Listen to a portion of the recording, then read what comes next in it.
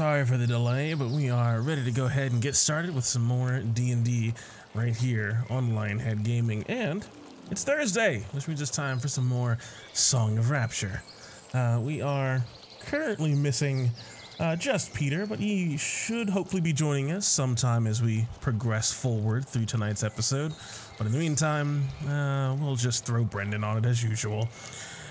But without further ado, Monsieur Elman, I pass the reins over to you. So when we last left our valiant vanguard, they found themselves entering a strange new land, but to one, I suppose, a familiar location, home away from home, until they find themselves at the center of this place, met with, I guess, the visitors of this home, a strange new inclusion that has caused some chaos. But how exactly they got to this situation in this location is not my story to tell, so could someone tell us what happened on the last episode of the Song of Rapture? Peter? Hey, Peter. That's Peter. Been a while here. since I completely forgot to we had a game. Oof. You're not I allowed forgot to what break day in. it was. I didn't think it was Thursday. It's all good, baby. Get out of What here. am I Fellow getting character paid shit. for? Oh, it's Thursday. Mm-hmm. It doesn't feel like Thursday. It's Thursday, my dudes. Well, previously on Song of Rapture, the Valiant Vanguard were able to find respite in a cabin in the middle of the forest belonging to Persephone's druid teacher, Edisov, a large furbolg that had taught her everything that she needed to know about magic before she ran off into the wild world of Hearth and Mobia and became the adventurer that she is today. While in the cabin, they learned a little bit about how it was the Illyrian forest had overgrown with Fey life, and that, well, because of the recent engagement between her brother and the Fey Queen Titania, Fey life was starting to bleed into Illyria in larger quantities than what there used to be.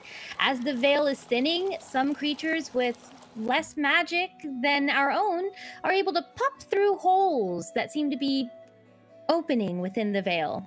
And not only that, but seems Queen Titania's sons and children have been able to come through themselves. And going with them has been a large source of Fey magic that has started to twist and mutate and transform the very forests of the Elven Kingdom.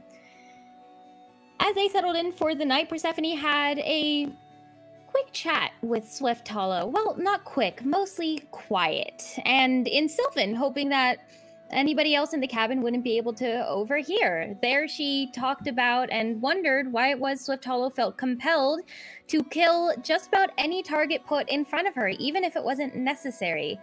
And even though Persephone may not quite understand still why Swift Hollow doesn't have any control over her deathly blades, she asked her to try. Try to not hit with the pointy end. And we'll figure out what to do about that crossbow, because you can't shoot a crossbow backwards. But some progress was made. The next 2 days were spent traveling as Edisov guided them through the forest, using magic of his own so that they wouldn't get lost and so that they were not assaulted by any other wild Fey magic that was running rampant within the forest. And when they arrived, they were met with the beautiful gates of Inulin, Persephone's home city, which is fueled by magic, much like the rest of Illyria and the other elven settlements. But within Inulin, everything was touched by crystal and gems. Even the gate itself, they were not met with guards, they were met with a talking barrier that asked why it was that she was there. And when she announced that she was the Lady Valora here to return home and see her parents, the gate opened and they went on in. And because of this, they got some attention as they traveled through Inulin towards the center of the city where the noble district lied. And when they were met with several other guards, one of which was a childhood friend of Persephone's, Theron, who recognized the small druid and approached her, teasing her that she did not grow at all since he had last seen her in their childhood. But he was glad to see his friend nonetheless. But the reunion was cut short because it was announced quite immediately that the Zeldaruna, did I get that right? Zendaluralda, a crystal tree in the center of Inulin that is its source of magic power was set on fire. Again! By the Wildfire Prince, one of Queen Titania's children. And the Valiant Vanguard offered to help with this very uncomfortable situation. So we return to the Valiant Vanguard rushing towards the crystal tree to help the Inland Guards put out this fire, subdue this prince. We're not entirely sure how they handle this situation, but we're going to find out. So join us tonight as we write another verse in Song of Rapture. Very well done, Mel. Give yourself some DM inspiration. I already have it. Well, shoot, you're gonna have to roll yourself a D100, I suppose. Oh God, is that my first one? That might be the first one. Congratulations, you've earned some divine intervention as a cleric. Hold on to that one for your next character. Let's see. One moment. Let me just put this in here. Do some hard math.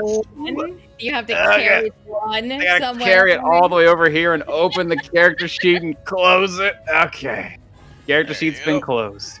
As indeed, we find the Valiant Vanguard at the heart of the city of Inniland, the crystal city of Illyria, rushing towards what seems to be a tall, soft pillar of light, the normal sign that the Zendalurada is in full form and pumping full of magic, though it seems to be entombed almost, encircled rather, with a spiral of black and gray smoke, as well as the rising of soft glowing embers and ashes, the sign that their new guest, one of these Fae known as the Wildfire Prince, was up to his antics once more. As the group rushes ahead, led by your friend Theron, one of the guards, captain of this section of the guards, actually, rushing forward in mithril armor and spear, heading closer past what looks to be these tall buildings into the center of the Diamondstone district, heading towards this crystal tree. You can see these large pillars sort of surrounding at least the location it should be, with large flowing, looks like it would be bushes, but they're the size of trees and massive roots that are so wide one could walk upon them like a path, almost acting as a barrier around it. And yet the path you venture towards to get here is beset by walls of billowing smoke until you finally push past this veil of sorts and catch sight of something both beautiful and horrible. A tall tree sitting atop a pedestal of sorts, roughly 10 feet off the ground, led up to on all cardinal directions by these steps, each of them seemingly set and laid in a layer of fire. The air is filled with smoke and swirling embers, these tiny little specks of golden light that flicker and fade from sight. And this massive tree, about, you'd say 30 feet tall in its great height, made completely of crystal. It takes the shape of a leafless tree, maybe just signs of some foliage upon it, but the entire thing is made of what looks like this hard diamond stone, that known as Zeldarure, this elven diamond, an extracted form of a pure, I guess, magical potential that all gemstones have. This glowing crystal stands tall and beautifully shimmering with light due to a massive cyclone of fire that seems to surround it perpetually. And sitting at the top of this, I guess, tower of glittering crystal set aflame is an individual whose laugh carries and crackles like the sound of a great burning pyre, as we find our Valiant Vanguard entering upon this strange scene from the south. You can see a number of guards besetting this great, I guess one might call like ornamental area, with boots stomping down and what looks to be scattered flames spreading across stonework. Those that seem to withstand the might of their strikes. They should be putting them out, and yet it seems as if they're causing little change. At the center of this great inferno, barely obscured by these rolling, dancing flames, seems to be an individual. At first glance, you'd assume him to be an elf, but his skin is a deep crimson. His hair flows wildly as if caught in these flames, because it seems like they are. His eyes are these deep black pits centered by only a small burning ember that sort of marks where he's looking. And as he turns his head to face this group of newcomers heading from the south, you can see rolling up the sides of his head in a great, a great height, crackled as if they were charcoal filled with rivets of heat running along them, seem to be a pair of horns as this lavishly dressed individual stands, or rather sits atop a large crystal branch, arms slough on one of these other branches, almost like he's enjoying himself, like a nature lover in a tree, although he seems to be surrounded in this terrible inferno, the air around him wavering to distort his image. And you see here, a little bit longer. Let her cook a bit more. We'll see if she breaks today. Go on, enjoy the show. It'll be fun to watch, will it not? As the guards around continue to shout at him, Your Majesty, this has gone on far enough. Please subdue your fire. People will get hurt. Well, then they should stay away.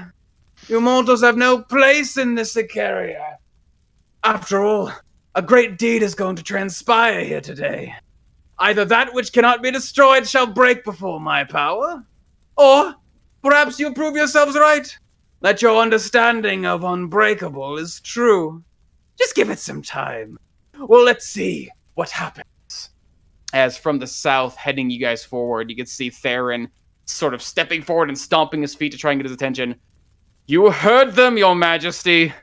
Stop looking down on us and listen. You are a guest here. Please stop burning our things. The Lord will be cross with you if he hears of this. I am a guest, though, am I not? Invited here, given my due time, given my due diligence.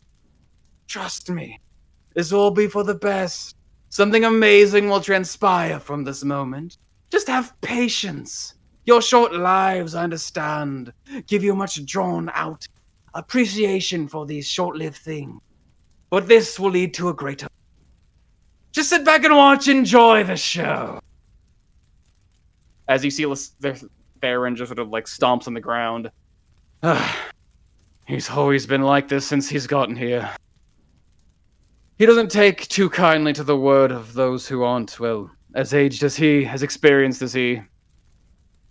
Think the word from some dragon slayers might change his mind? You think he listens to Broke up.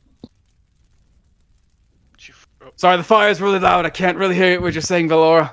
You think he's going to listen to reason? Not to us. He seems to speak only to those he has value and power. He calls everyone mortals, even though I can't see him as anything such. As you see him, this strange individual lean over the tree, seeing you guys approaching. And what do we have here? Oh, these outsiders. More guests for the wedding. I'm assuming you're a little early.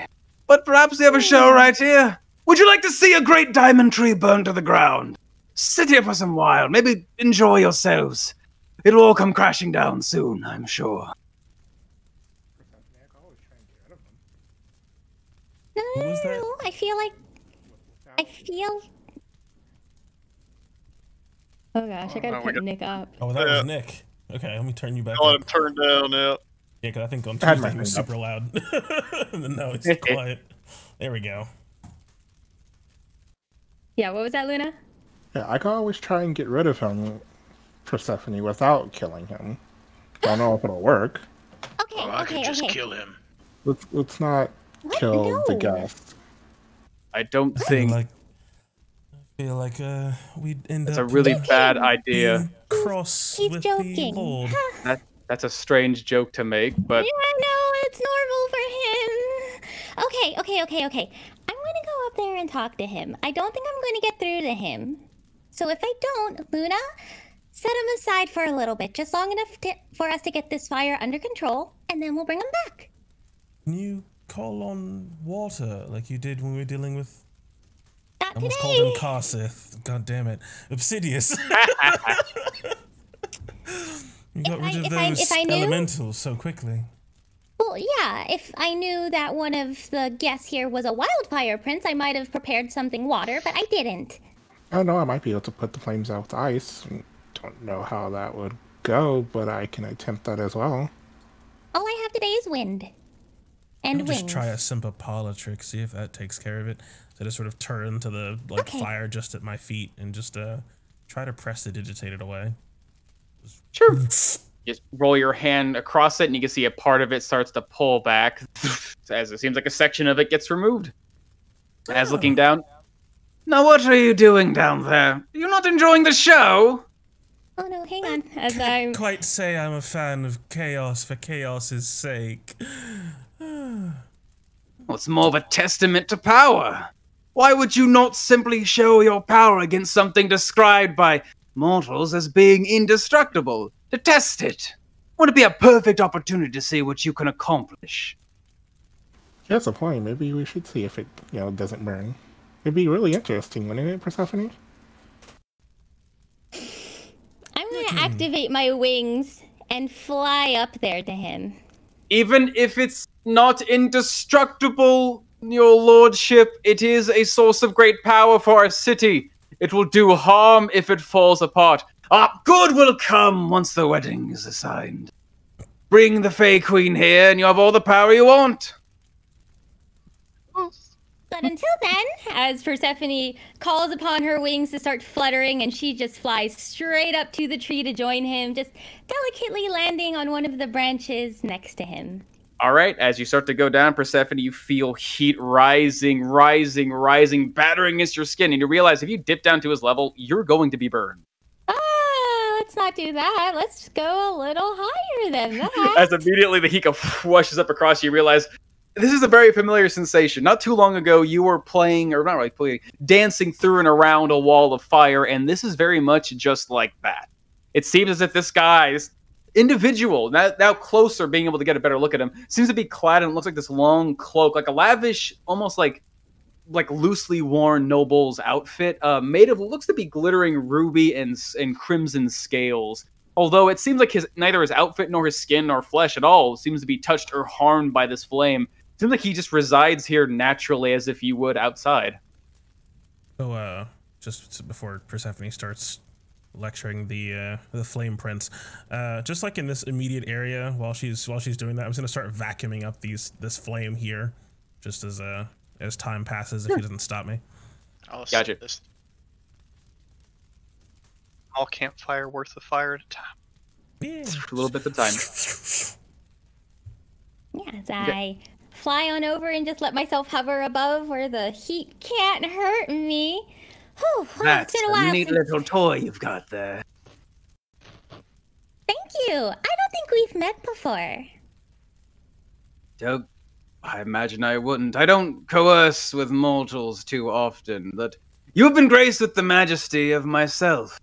I am Lucerne, the Wildfire Prince, soon to become destroyer of that which cannot be destroyed. And you might be? Persephone, guardian of the forest, dragon slayer of hearth, but you would also know me as Lady Valora, Varl's sister. You're that Valor. Interesting. I don't quite see what he... Never mind. A pleasure to meet you, your ladyship. I don't really know the proper term. Shall work, Persephone. Dragon Slayer, you say? Very impressive, very impressive. How many? Just one for now. Truth be told, I can't really believe it looking you over. You don't seem like the type, but life is full of surprises. Tell me, what do you think of my fire? This fire is great and powerful. It's been used to slay countless enemies in my time, those probably more than you've ever seen in your short lifetime here. You think it has the power to destroy the Zendorada? I think if you feel like you need to prove that, then it must not be all that powerful. Can you sense? How else do you prove power without show with power? Haven't you already shown your power? You said you've slain many with your fire, right? Well, those are mortals. They die all the time. Yes, but elves live a lot longer than most mortals here. And that's not the fire. Though I have no qualms or reason to go burn your... I suppose your people down there, they're trying to really put it out. They need more magic behind their touch to do so. Oh, I'm So sure. what is it you want? You I'm wanted me to here stop as- putting out my fire? Yes, I'm here to ask nicely first. Oh, unfortunately, I cannot do that. I'm waiting to see the results. Luna! As Luna just kind of raises her hands up as spirit of an old druid crone kind of appears behind her and just blows out a large gust of cold wind as I will attempt to corner cold it. Going All towards right. the big tree. Get rid of the As big this- fire. Nice. As some of these fires during that time would have been sort of quelled and quenched. Again, it seems like they're strangely resilient. Your ability to corner them is normally easy. You go one section at a time, taking them out, but it almost seems like they resist slightly. They're still here, just smaller in size. Until this massive cone of cold from Luna's position comes barreling out up this length across this wall of fire. And for a moment, you see the flames, I guess, condense around this tree, pull back just enough to sort of raise a wall of smoke for you, before suddenly the fire just seems to surge back up again, and you can see the look on this individual's face go from sort of a coy smile to sort of a soft frown. I see. Not quite fun for you, is it? We'll make it a bit more fun then, shall we? It's a festival! A festivity! A dance! This fire's a dance, after all. God damn it, I'm tired of festivals. Why not dance a little, shall we? As Persephone, you witness the fire around you beginning to stir as these small mounds of it that seem to react violently to this wave of cold that rushes across begin to move out. Well, you heard them. You heard an order from your lord, my servants. These people are not having fun here. Let's give them a bout of fun, shall we? As I'm going to need you guys to roll some initiative. Oh no. I was about to win without any.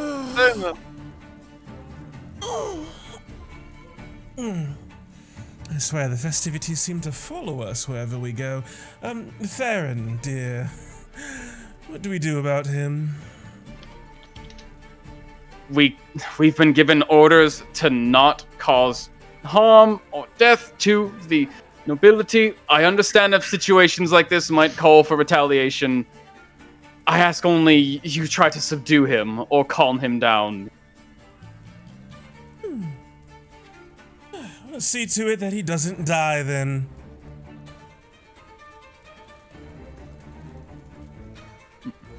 I think he also said harm.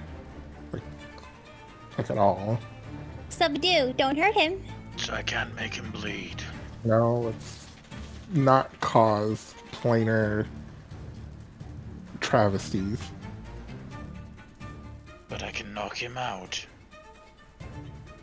If the situation calls for it, do what you must, but not serious injury, although he seems not to care for such things either way. There we go. Haha. Bah. Nice.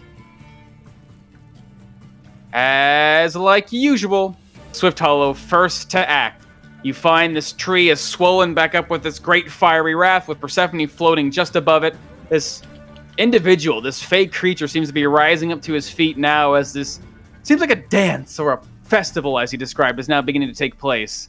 And all around you can see it seems like the fire itself, some points on it are beginning to swell and surge and move on their own. As what do you do? Like, these kinds of the fires? The ones on the bridge? It seems like it.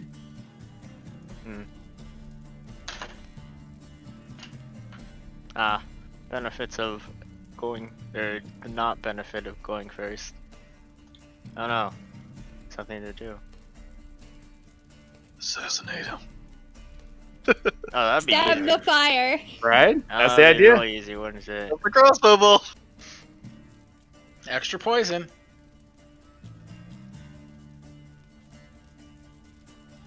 While he's thinking about that, nice map, Omen. That's pretty. I like the fire. You did good. It's exactly as I imagined it. Its setting. Oh no, look, there's a twin up here. It's hiding in the bushes. Where? Up in the corner. He's Oh, hiding in yes, bushes.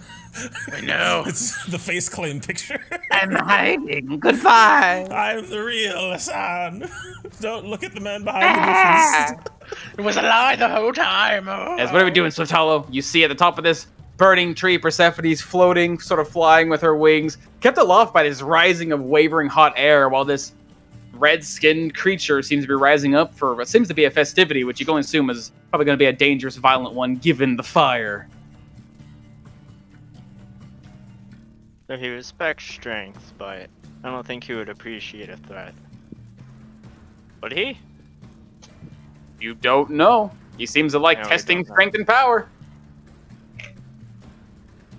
You know what? Sure. He doesn't believe us that we're dragon slayers. Nah, fuck this guy.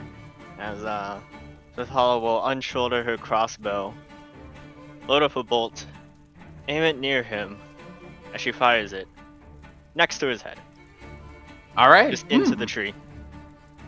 Give me an attack roll. See how accurate your shot is. I'm quite accurate. I am Mm-hmm. deadly accurate. Almost elvenly accurate, one might say. Oh my god. Well, Not don't yes, get more yeah, accurate kill than him. that. As Yes. roll me, Huh? roll me either a performance or an intimidation check. No, I'm not proficient in any of those. Alright, DM inspiration. With advantage, of course. With advantage. Given the fact that you are trying to put an impression and you rolled a nat 20 for a perfect Robin Hood style shot. Woohoo. Well, intimidation seems. Nice. Not shabby. Let's see. Do-do-do, It's do-do-do, not a do-do-do. 35. As immediately from your bolt, from your crossbow rather, this bolt comes darting through the swirling vortex of flames and flies up and hits the side of this crystal. Though before you hear it sort of tink off its edge, as it seems like even though your magically sharpened and magically empowered bolt can pierce through most objects, it seems as if it does nothing against the hardened edge of this crystal tree. But it flies just ever so close, actually passing through the wavering hair of this fey creature as it tinks off the tree branch behind him. He actually stops and turns his head sharply. For a moment, this sort of like cutting, confident grin fades as he looks down to you with a look of surprise before he sort of like the fire begins to rise up across him and he smiles. Now there's some potential. Yeah, Swift Hollow steps up. My lord.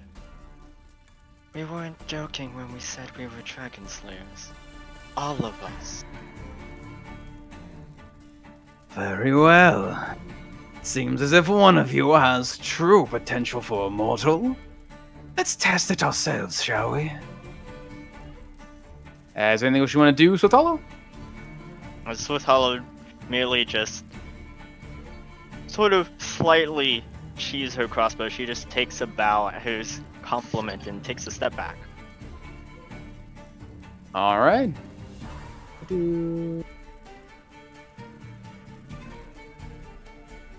Nice. She reloads another crossbow bolt. As your turn comes to an end, Swift Hollow, you can see immediately this man sort of rising himself up next to you, Persephone, raises up a hand and sort of gives it a quick waver. As suddenly, with considerable speed and talent amidst all of this, you can see the fire suddenly around it beginning to spark as if someone had dropped like powder or flour within. And then the air around him, almost in a cloud, seems to erupt in this big plume of now slightly swirling smoke. As it seems like he pulls out some incredible power, revealing some of his own potential. And through the use of what seems to be a spell, wavering his hand to conjure magic, he would, unless someone stops him? Someone do the trigonometry for me. Like 45 How is he 40 feet away and he's 40 feet up. Yeah. Yeah, he's got to be too far away. No, within 60. Wavering his Yeah, hand maybe in within. spell-like motions. All right, well, assuming that he is within range,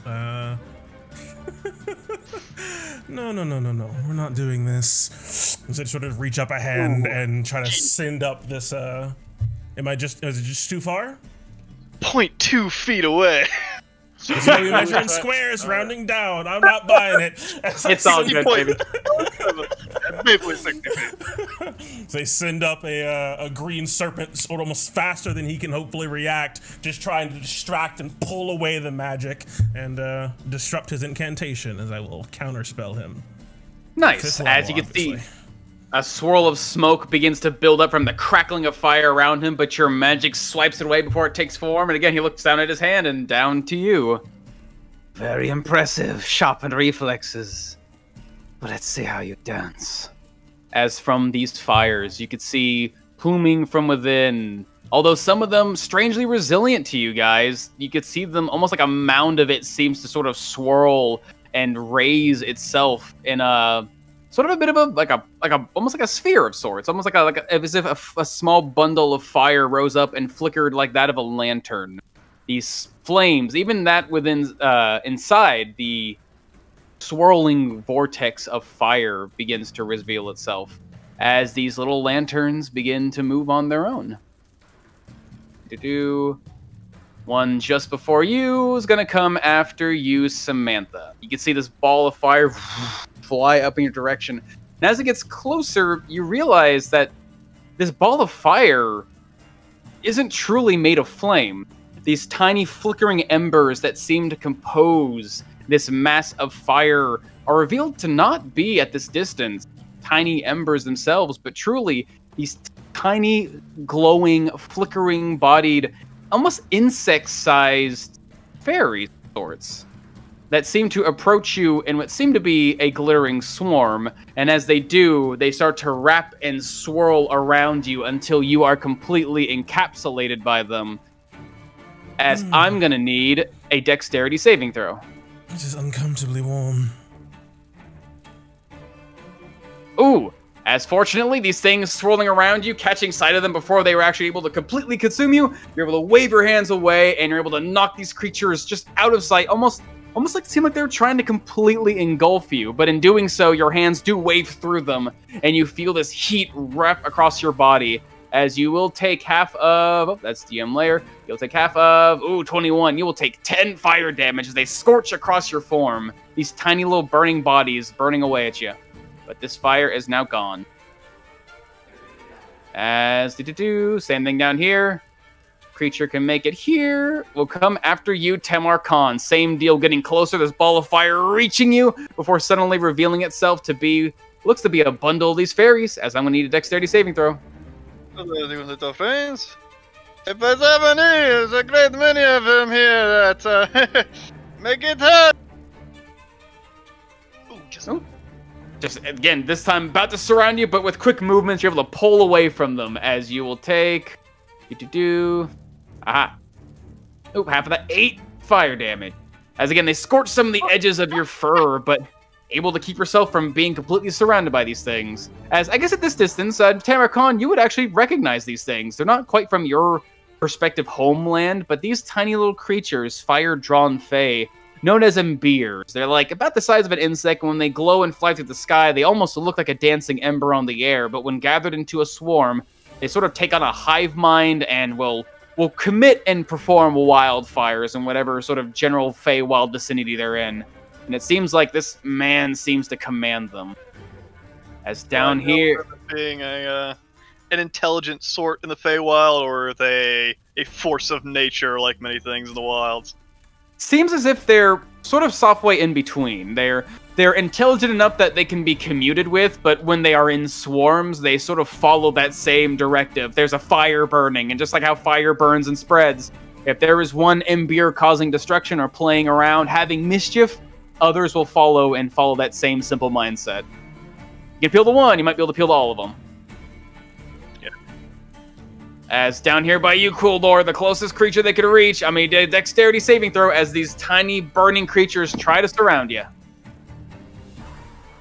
As this time your body gets surrounded by this swarm of dancing embers. This time, this one actually managed to completely engulf Kuldor in the flames. You'll take 20 or 18 fire damage, and you find your body completely surrounded. Oh, hey, cool. As you indomitable withstand it and smack these creatures away, only taking 9 fire damage, but as a result, you're able to keep these things from completely surrounding you. Nice. Yep. As from up here, this guy's gonna be dishing. Swirling this way around here, making it about there. Nice. Actually, about there. And up here at the tree, Persephone, this creature's gonna just get to you. As this, again, mound of fire seems to rise up next to you until it's revealed you're surrounded by tiny, glittering, and shimmering fey creatures. As I'll need that dex save. Oh boy. I'm gonna use my DM inspiration for that. Nice. Well, I'm in the middle of the air. I can't afford to oof. Oof. Oof. Indeed. As you pull yourself away, trying to use your wings to get away from these things, but the rising surge of fire around you sort of catches you off guard for a moment, and you are surrounded by these creatures as you will take 18 fire damage, and you find yourself strangely, like, clung to, pulled in all directions. You hear a cacophony of tiny voices all calling out in the Sylvan language to dance, to play, flow in the fire. It's a festival. As you find yourself not only blinded by the swirl of glowing creatures throwing themselves in front of your face, but also grappled and restrained, as you're sort of held and consumed in this tiny little ball of fire. Oof. That's not great. As down here, they can't do that. You see this surge of fire rises up towards you, Persephone, but the moment you get consumed by the next, it begins to make its way down. It makes it about here at groundish level. That's about as far as it can make it. As 1, 2, nice. As these flames over here have since died down, their source having been diminished and restrained from them. Yep, but you're back where you came from. Blind, grappled, and restrained? Yep, you would be falling, but apparently you're sort of kept held aloft inside the swirling mass of fire. As that should be all of them. As just below you, you can hear this sort of soft cackling of this fae. You can't quite see him except for maybe moments between the flashing of lights in front of your face. Just a sort of wicked grin spreading from across his face as he sort of stops and turns to face you above him. What's this? You don't want to dance? Come now, you'd be lovely for it. You have just the outfit. The fire may be hot, but I assure you, if you can withstand this, perhaps you truly be a dragon slayer. But for now, I'll simply watch. As he'll step backwards, and you sort of see his hand rest upon a weapon. It's hard to see exactly what it is because you're mostly blinded, but he seems to be just sort of watching to see how you react within this sort of situation. As Persephone, it comes to you. Rip me. Fuck. Okay, Blinded. Actually, 1 second. As you are starting inside this thing. Oh god, why? You are currently surrounded by fire. Oh, you don't have a hover speed. Yeah, but the Ember Lanterns do, so... Yeah, they're basically surrounding and encapsulating her. Yeah, they've got her grappled, so they're holding her in place. Alright, so that means you won't fall down into nothingness. Into the towering inferno. Sec, there you are. Is there something that happens? I'm trying to pull that right now. Sorry. Okay, that's okay. Take your time. I'm also doing things. All the bad. Just looking at my notes here. Yeah, it says Persephone died. Okay.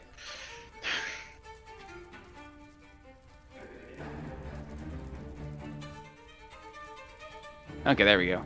Let me make sure that I include that because this will be in there. Bah! As you'll start your turn inside this swirl of fire, as you can feel these tiny embers as they're pulling and holding on to you. The fire starts to spread across your outfit, even catching on the edge of your hair, as you'll take 7 damage at the start of your turn, and you're currently on fire. Oh boy, that's not great. Are they actively holding on to me? It seems like they're grappling you.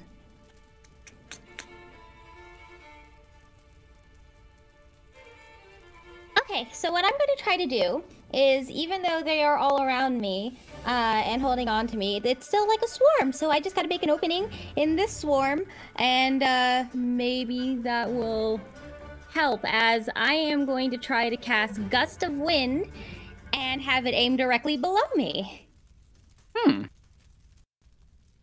As it looks like a projection of the wings that are already fluttering grows larger and begins to flap, but this time there is a source of wind emerging from them. I use my action to cast that. Nice. So you're just shooting it like straight down? Down and at an angle, because I know I'm like hovering above the tree.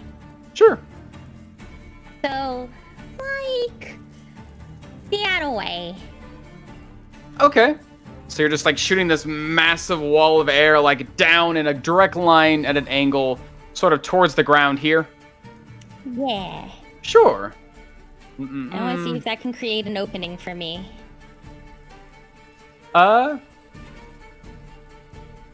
You would see the flames starting to dance wildly, sort of turning faster for a moment, but that first casting would cause a slight break within. With that maintained force, you could see, like before, you create an opening where you could try to safely pass through, although currently in your state, you can't really move. But I can see. You're still technically blinded. Ah, fuck! You can see, like, glimpses, but for the sake of mechanics, you only get enough of a sight to, like, oh, there's a thing! Oh, but I can't see it anymore. Nothing to truly target, as you're surrounded by swirling fire right in front of your face. But can I teleport in that second that I can see? For the mechanic's sake, no. You're technically No. blind. Got It's like it! you're not like eyeball can't see nothing. Not everything's darkness. It's literally just there's so much stuff in your face. You can see glimpses for just a moment, but nothing to mechanically or like latch onto and then go and then now, because it's a little too fast. Flavor. Otherwise, what's really happening is Persephone, you can't see anything at all. Yeah, I can't see anything at all. It's Okay, just well, I orange. did. Yeah, so I Orange. did that. That was my action, so I probably can't do anything else. So I need to see for this. Yeah, I need to see for that too. Okay, so I tried the gust, and at worst case scenario, hopefully the wind that I'm blowing is at least helping disperse flames. It certainly seems like you create yourself. So normally before, you would know if you ran through a wall of fire, you're running through a wall of fire, you're just going to get burned. Just like before, you simply create just an opening, you're trying to slide through. You get a check, you get a saving throw against it. But, Oh. Yeah, let's do that. okay, you just try to shoot on through. Yeah. All right, give me that dexterity saving throw. Actually, no, you can't move because you're restrained. You are being grappled by these creatures surrounding you, unable to move. Does that mean I couldn't even cast that spell? Did it have You cast a somatic? spell. You can cast a spell. Yeah, you can cast things while you're restrained. You can't properly attack Much or else. like. And you're basically, as you try to move forward with your wings, you feel these things tugging and pulling against you as you're being held inside of this living ball of fire, essentially. Push stuff. I'll be fine. At the start. It- At the start. Yeah, of it their would be turn. at the start of their Gotcha. turn. So she's gonna make the concentration. So yeah, save. that's gonna be my turn. All right. You got there. Nice. We'll come down to Tamarkan. This time you see the fire surrounding you, already scorching you a bit. You feel those things clinging to your body, not able to linger on too long to essentially do what they're doing to Persephone to carry her aloft, but you do feel these little tiny flames licking along your body, trying to catch on. As you will burn, taking 1 fire damage. But you are on fire. As I just sort of bounce my way out of this swarm attaching onto me as they start to catch fire onto my fur, on my arms and legs. Hey Luna! Samantha, can you get Persephone out of there? Does she need my help? Oh, as you step out of its space, actually, it's going to try and catch onto you for a second, as it will get an opportunity attack. As swarms have a 0 reach. Ooh. As the moment you try to pull away from them, these tiny little things immediately retaliate, reaching out with tiny burning hands to catch you, not to really hold on to you, but just to touch you all at once. 22. Holy shit. Yeah. Jesus, 32 fire damage. Oh, hi. All right. I get Wow. burnt the fuck up. As immediately these tiny little hands reach out to catch onto you, and then poof, like the entire mound of fire itself pressed into you at once for that moment, as it catches you by the side and pushes you aside. But you do walk away free. As my Does it smell party like members burnt don't hair? respawn. As Kind of I focus on Persephone. take a step, as I start charging this thing, swiping out as I'm sort of just swiping them back to back. That is a frying pan, I suppose. As wind starts to kick up around my body, as I start charging towards the tree, as I leap into the air. As right before I hit the flames, it seems like the wind beneath my feet pick up once again as I launch myself into the air a second time. As with Step of the Wind and with my ability to step on air itself, I just fucking launch myself towards Persephone. As when I reach her, I'm gonna try to grapple her ass. Hell yeah. How much movement do you got, just to make sure? Because there is a wall of wind basically being thrown into you. I'm step of wind. Oh, I thought she was doing it straight down. She's doing it like It at that was- angle. It was at an angle. Towards the ground, of course. Well, Yeah, let me- never mind. I thought it was straight down too. Yeah, it's like She's trying down to, at she's this trying to carve angle. a path through the fire, so it has to be Yeah, somewhat create an diagonal. actual wind tunnel that's like you can fly through. It might stop there. Yeah. Yeah, because it's at a diagonal. So it's like going towards the ground. Give me Sure. Let's kill myself for not metagaming. As I charge forward, as I launch myself forward, as I see the opening, the flames being parted by the wind, as I launch myself forward towards Persephone and make it about halfway there or so before I start to fall. As I'm gonna need a dexterity saving throw. Unfortunately, not just jumping through the fire and taking the damage, but getting a chance to save against it. This isn't good. 15. Ooh, just shy of it. As you push through, you feel you're able to actually carry through it with the next step, but then the slight wind catches you in the air, this time pushing against you. As the flames, the moment the air sort of like catches for a moment, you feel the heat crash down on either side of you, as you will take, what is that, 5d8? I think it's 5d8. There we go. There we go. As you will take... Ooh, 29 damage. Mamma mia. Everything's rolling high tonight. As I use my action to dash to just leap the fuck back out of the fire. Nope! That did not work! And that's my turn. A little too hard for you, is it? Doesn't surprise me from a mortal. As down to you, Luna. You can see Well- Samantha now being surrounded by fire, Cooler being surrounded by fire, Tamarcon running out of fire, into fire, jumping back out of fire. I should really get rid of him.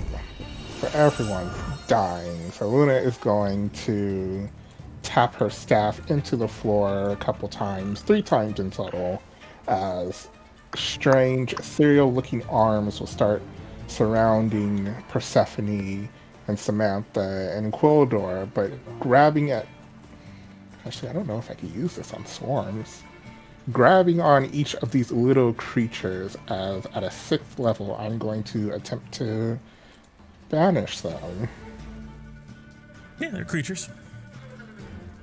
Banish the swarms on Samantha, Persephone, and Quildor. Interesting. Okay. As they'll have to make some saves. As they move as a hive mind together. To make some saves. Persephone, Quildor, and Samantha. 1, 2, 3. Bap. Bap. And bap. As you see... 617. 617. Nice. As you see all these creatures one by one, your shadowy magic surrounding them and then pulling them away as... Stoof, stoof. And next to you, Persephone, stoof, following for just a moment before your wings catch you again.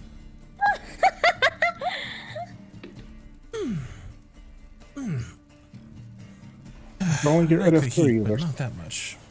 still 2 more. Tamarcon, maybe you should step back for a bit, as I'm going to hide behind Theron. Good luck, Theron. So that's my turn. Alrighty. Let's see, do. Alright, as Quildor, the flames that once surrounded you now pull away as you are free. Alright, let's see if this math works. So I'm gonna go here. Mm-hmm. How close can I get to him with Misty Step? You could, with Misty Step, he is 40 feet off the ground. You are standing next to a 10-foot like pillar going up. So he is like 40 feet above you right now. and also 25-ish feet away from you in terms of horizontal distance. Okay. Okay. I don't care if I die.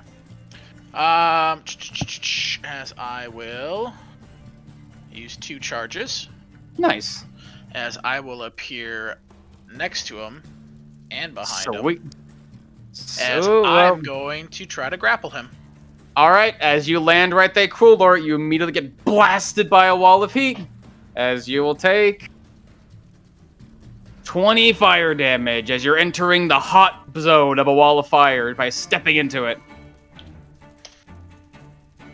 As the moment you appear behind him, you can get that grapple check as he suddenly stops to turn around the last second. Ooh, good check too. Let's see. As immediately you reach out to catch onto him, you see him turn his hand towards you, trying to meet you back with considerable strength, it seems like, but let's see if it'll hold up. Ooh, as you catch him by surprise and a hand catches onto him. This is not your throne. As I'm going to shove his ass out of the tree. All right. Give me that shove, baby. Is that just athletics? Yep, it's another athletics check. Ooh. As you'll see him, as you grab onto him, he tries to push back. That's some strength you've got there, elf! As immediately his hand pushes back with incredible force, knocking your hand away, but you're still grappling onto him. That's fine, I'll action surge. Okay. You know you have 1 extra attack, though. You are a level 11 fighter. Oh, you're right, I do. Keep forgetting that. So shove him. Don't need action surge yet. Nice. Get out of the tree. As he's gonna try and resist you. Ooh. Ooh. As he will go, okay, he's gonna go right here into Persephone's wind, but not quite out of the tree yet, because you only push him 5 feet. Are you pushing him this way? Actually, where are you pushing him? He's sitting right here. I could push him off the tree this way, right? You basically have to drag him to get there. It's use movement. I got movement to drag him. Yep. So you can hold him over here. Yep. Punt him out of the tree. All right. As you'll push him out the edge. As he'll simply fall 30 feet. Let's see. Ooh, hold on. Oh, is this stupid? Okay, good. It's not stupid. As he will fall 30 feet. Ooh, taking 10 damage as he falls into the inferno, almost past your side as he lands right into the pyre. As he will take 10 damage. Okay, let me see. I used 20. Did that.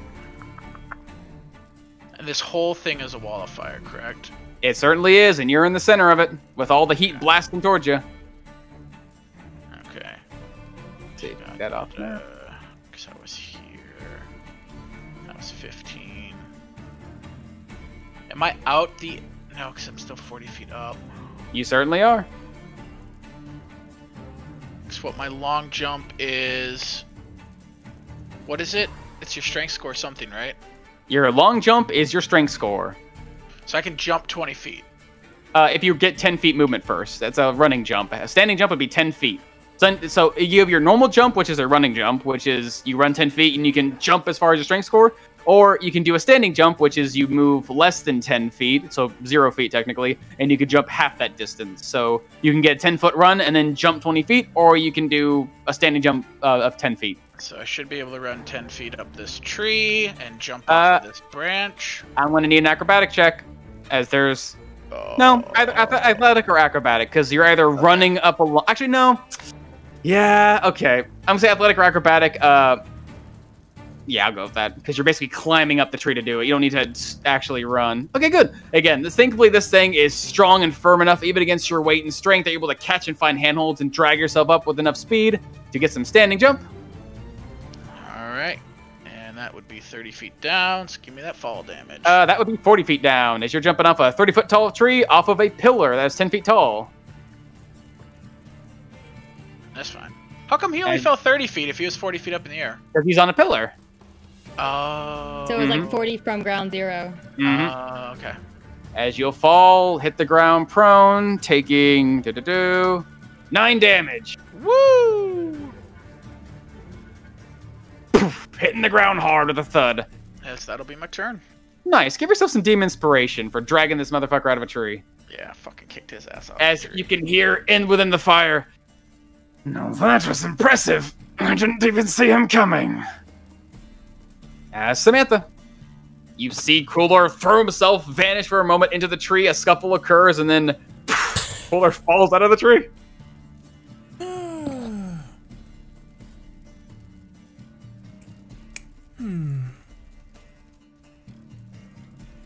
Let's see. All of these horrible little pests.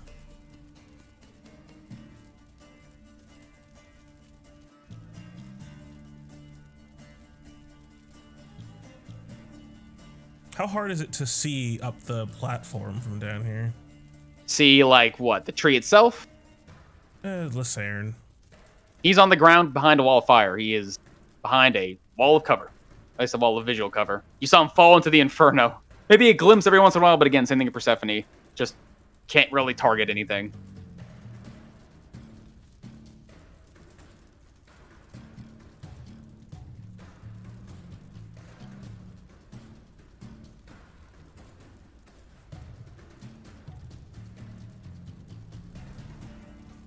Okay. Cannot see him.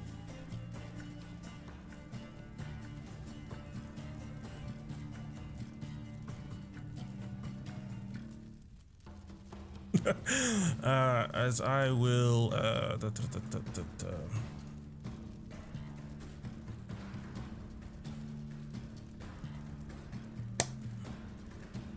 boring. I'll just blast this thing 3 times. Okay. Give me them shots as you aim for these creatures and blast 3 times. Alright, Okay, as all 3 of those will connect, as each shot comes resounding into this mound of fire, blasting away these tiny little ember-like fairies. And that does you.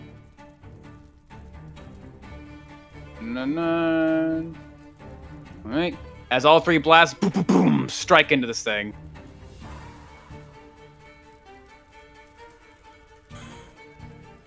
That's it for me. Okay. As Swift Hollow, you see your quarry in the tree has seemingly been pulled out and thrown to the fire, but it seems like the flames themselves are coming to life to try and dance with you, but seeing after how they handled Tamar Khan, they're quite dangerous. What do you do? Oh boy, it's fun danger. And you did crit, by the way. I did crit. I didn't forget that. I was like, boy. oh, I can just take a step back. As with Hollow, oh no, her audience isn't. I'm sure he's looking. As He'll know. these things are just like a bunch of little bug things, right? They look like a swarm of little, like, insect-sized, like, finger-thumb-sized fairies that are all glowing. But when they're far away, they look like they're dancing embers in the sky. But once they get close, you realize they're actually swarms of tiny talking creatures. Sure. As with Hollow, takes some movement and using the power of her boots, sort of does this deft acrobatic jump in the air, sort of leap as she aims as the first attack, quote unquote, would have been a killing blow, perhaps. But that certainly set her off as, yeah, she does have advantage on these, as she's in the sky and she's taking aim to try to skewer as many of these as she can. All in one fell swoop. Alright. As Give me that shot, mid-air baby. shot. Gotta look good. First impressions, I'm a Dragon Slayer. Mm-hmm. Ooh. Darn. If only I had to improve critical. Wait. 29 is, you have your oven accuracy. 29 is crit. It's Says right there? 29 It is. there, and then 29 right there. Okay, so then roll me that crit, baby. As you see all these creatures swimming around, spreading and contorting like a fire, rising in different shapes, but at one moment you see it can pull together. Oh yeah, that's right, because Reap is a +1 crossbow. Mhm. That's why Updated. that's not a crit Yeah. there. As give me them crit damage, baby. Add an extra Yeehaw. 8 on there, plus 6d more 6. Yeah. Oh god. Yeah, 60 d6. Yep, that's what I heard. Oh shit. 520. Okay, how do you take out the entire remaining swarm with that single crossbow shot? Sure, as in this deft act of acrobatics as she literally leaps into the air and taking her time just lining up the shot until she thinks it's just perfect at the apex of the jump as she somehow, perhaps by luck, fate, or even skill, just has a crossbow bolt skewer all of them in a line at the same time. Nice. As after most of them have been battered away by Samantha's magic, the remaining mound condenses together. That bolt comes flying through, skewering them all. You see her soft little popping as you realize after damaging so many, when they're damaged beyond belief, their form just seems to fizzle away, as it seems like nothing is left behind except for some ashes and soot. So Othello does a deft roll after, leaping up. Don't want to break her legs. Take fall damage. Okay. You take. She reloads another bolt. That's her turn. Okay, what can do? Come on now.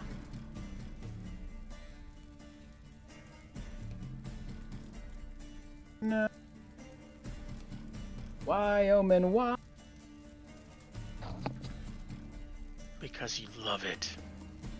There you go. Guy's gone. That guy's good. Perfect. Okay. As it's these creatures' turn, most of them have been banished away, held away by Luna's magic. The remainders, now sort of left to their own devices, are going to go after those who've assaulted them. Let's see. There, back there. First one's going to come down at you, Swift Hollow, finally finding a target, although its original target had been pushed away in a big burst of wind. This one's going to be coming straight towards you, swirling up to you, trying to spread outward and completely surround you, as I'm going to need a dexterity saving throw. Ooh, easily enough. Swift Hollow, as these things come, Swift Hollow doesn't just deftly get out of the way, but also knowing, the audience demands it, and she is in public. You have to keep up appearances. She isn't just dodging. Swift Hollow seems to be just dancing. In between it all, as she takes no damage. She is quite evasive, this evasive elven dance. As none of the spikes, none of the flames, nothing on her clothing, not even her hair, catches a light. Nice. You will avoid all damage. This last one down here is going to... Ooh, can you make it? Ooh, just shy. Will come swarming down towards you, Luna. Although it doesn't quite seem to completely engulf you like the others, it does seem to surround you in a burst of speed, just to sort of surround you for a moment, as it will dash to reach you, but unable to do so to actually attack or do anything besides just cling to you as small flames begin to dance across your body. As on the ground, laying in the fire, you can just sort of hear amidst the chaos. Huh. I wasn't expecting that. As he'll pull himself up onto his feet, flickering through the fire, you can see his image very carefully silhouetted on the ground, then on his knees, and then up on his feet in the next moment. That's quite impressive. I like that. As he'll turn and begin to walk out of the fire, you can see his form brushing past this curtain of flame, leaving it just continuing to burn, as he'll step out onto the stage, looking around and down to the Quildor, who's prone on the ground. You there. What's your name? Come closer and I'll tell you. Oh, certainly. So, as his body seems to explode in fire and then reappear next to you in a burst of flame as Quildor. The moment he appears before you, you are wreathed in a moment of fire.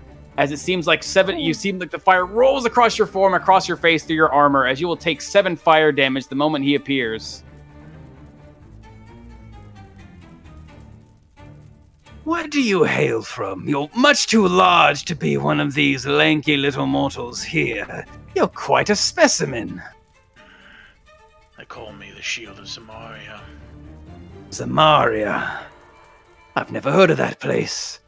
Perhaps I should test the metal real quick, as he will hold up his hand. And all around you, Persephone, you feel the flames and the heat immediately begin to quell. Oh, that's the tree. Oh no, the tree's moving. It's alive! It's alive! As the flames surrounding this tree seem to fall. Oh, I don't that at all. I don't like that at all. Come on, there we go. Perfect. Oh no, he's lighting up. What does this mean? As he'll bring his hand down, you can see the flames rising off the ground until they become a single small ember that he sort of just drops down on top of you, Kuldor. As it lands like a gentle little falling fire down onto your back or your chest, it hits the metal and begins to spread and spread and spread until that swath of heat you feel begins to completely consume and surround you as your armor begins to burn. As you will take 12 fire damage. As your armor is now burning red hot. And it's visibly red? Seems to be. Well, actually, you're beginning to take damage as the heat starts to spread and radiate throughout your form. As he'll sit there and sort of watch you now with his hand on the hilt of what looks to be a sword, just sort of watching you curiously. Are you stronger than this tree? Can you withstand my flames? As that will be his turn. As Persephone, you see the heat immediately pull away from you. The tree is now the flames starting to subside around it. But instead, you see him standing next to Quildar, whose armor is now glowing bright like a star. Oh no, I do not like that at all, as Persephone is going to hold on to her crystal and call out into the veil.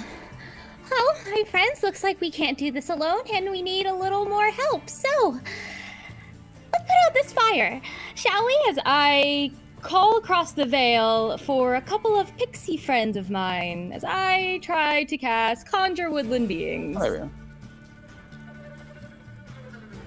All right. Ooh, what are you trying to summon? You're trying to call up... Oh, 8 creatures? Gotcha. Yes, 8 creatures. And what was their task? Little magical friends to help us quell these flames and give us some backup against this Prince of Wildfire. Do-do-do. Come on. Come on now. Do-do-do-do-do. Alrighty.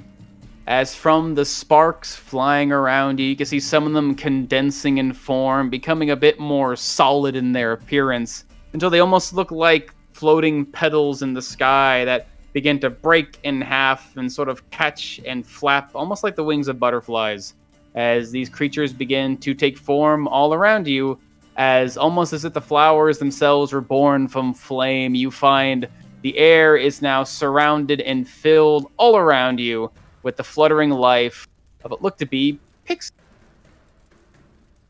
Oh, perfect! Oh, perfect!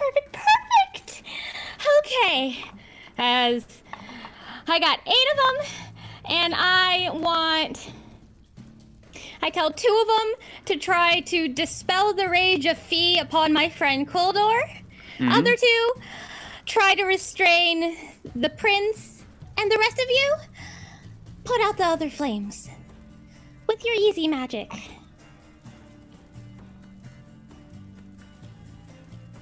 Alrighty.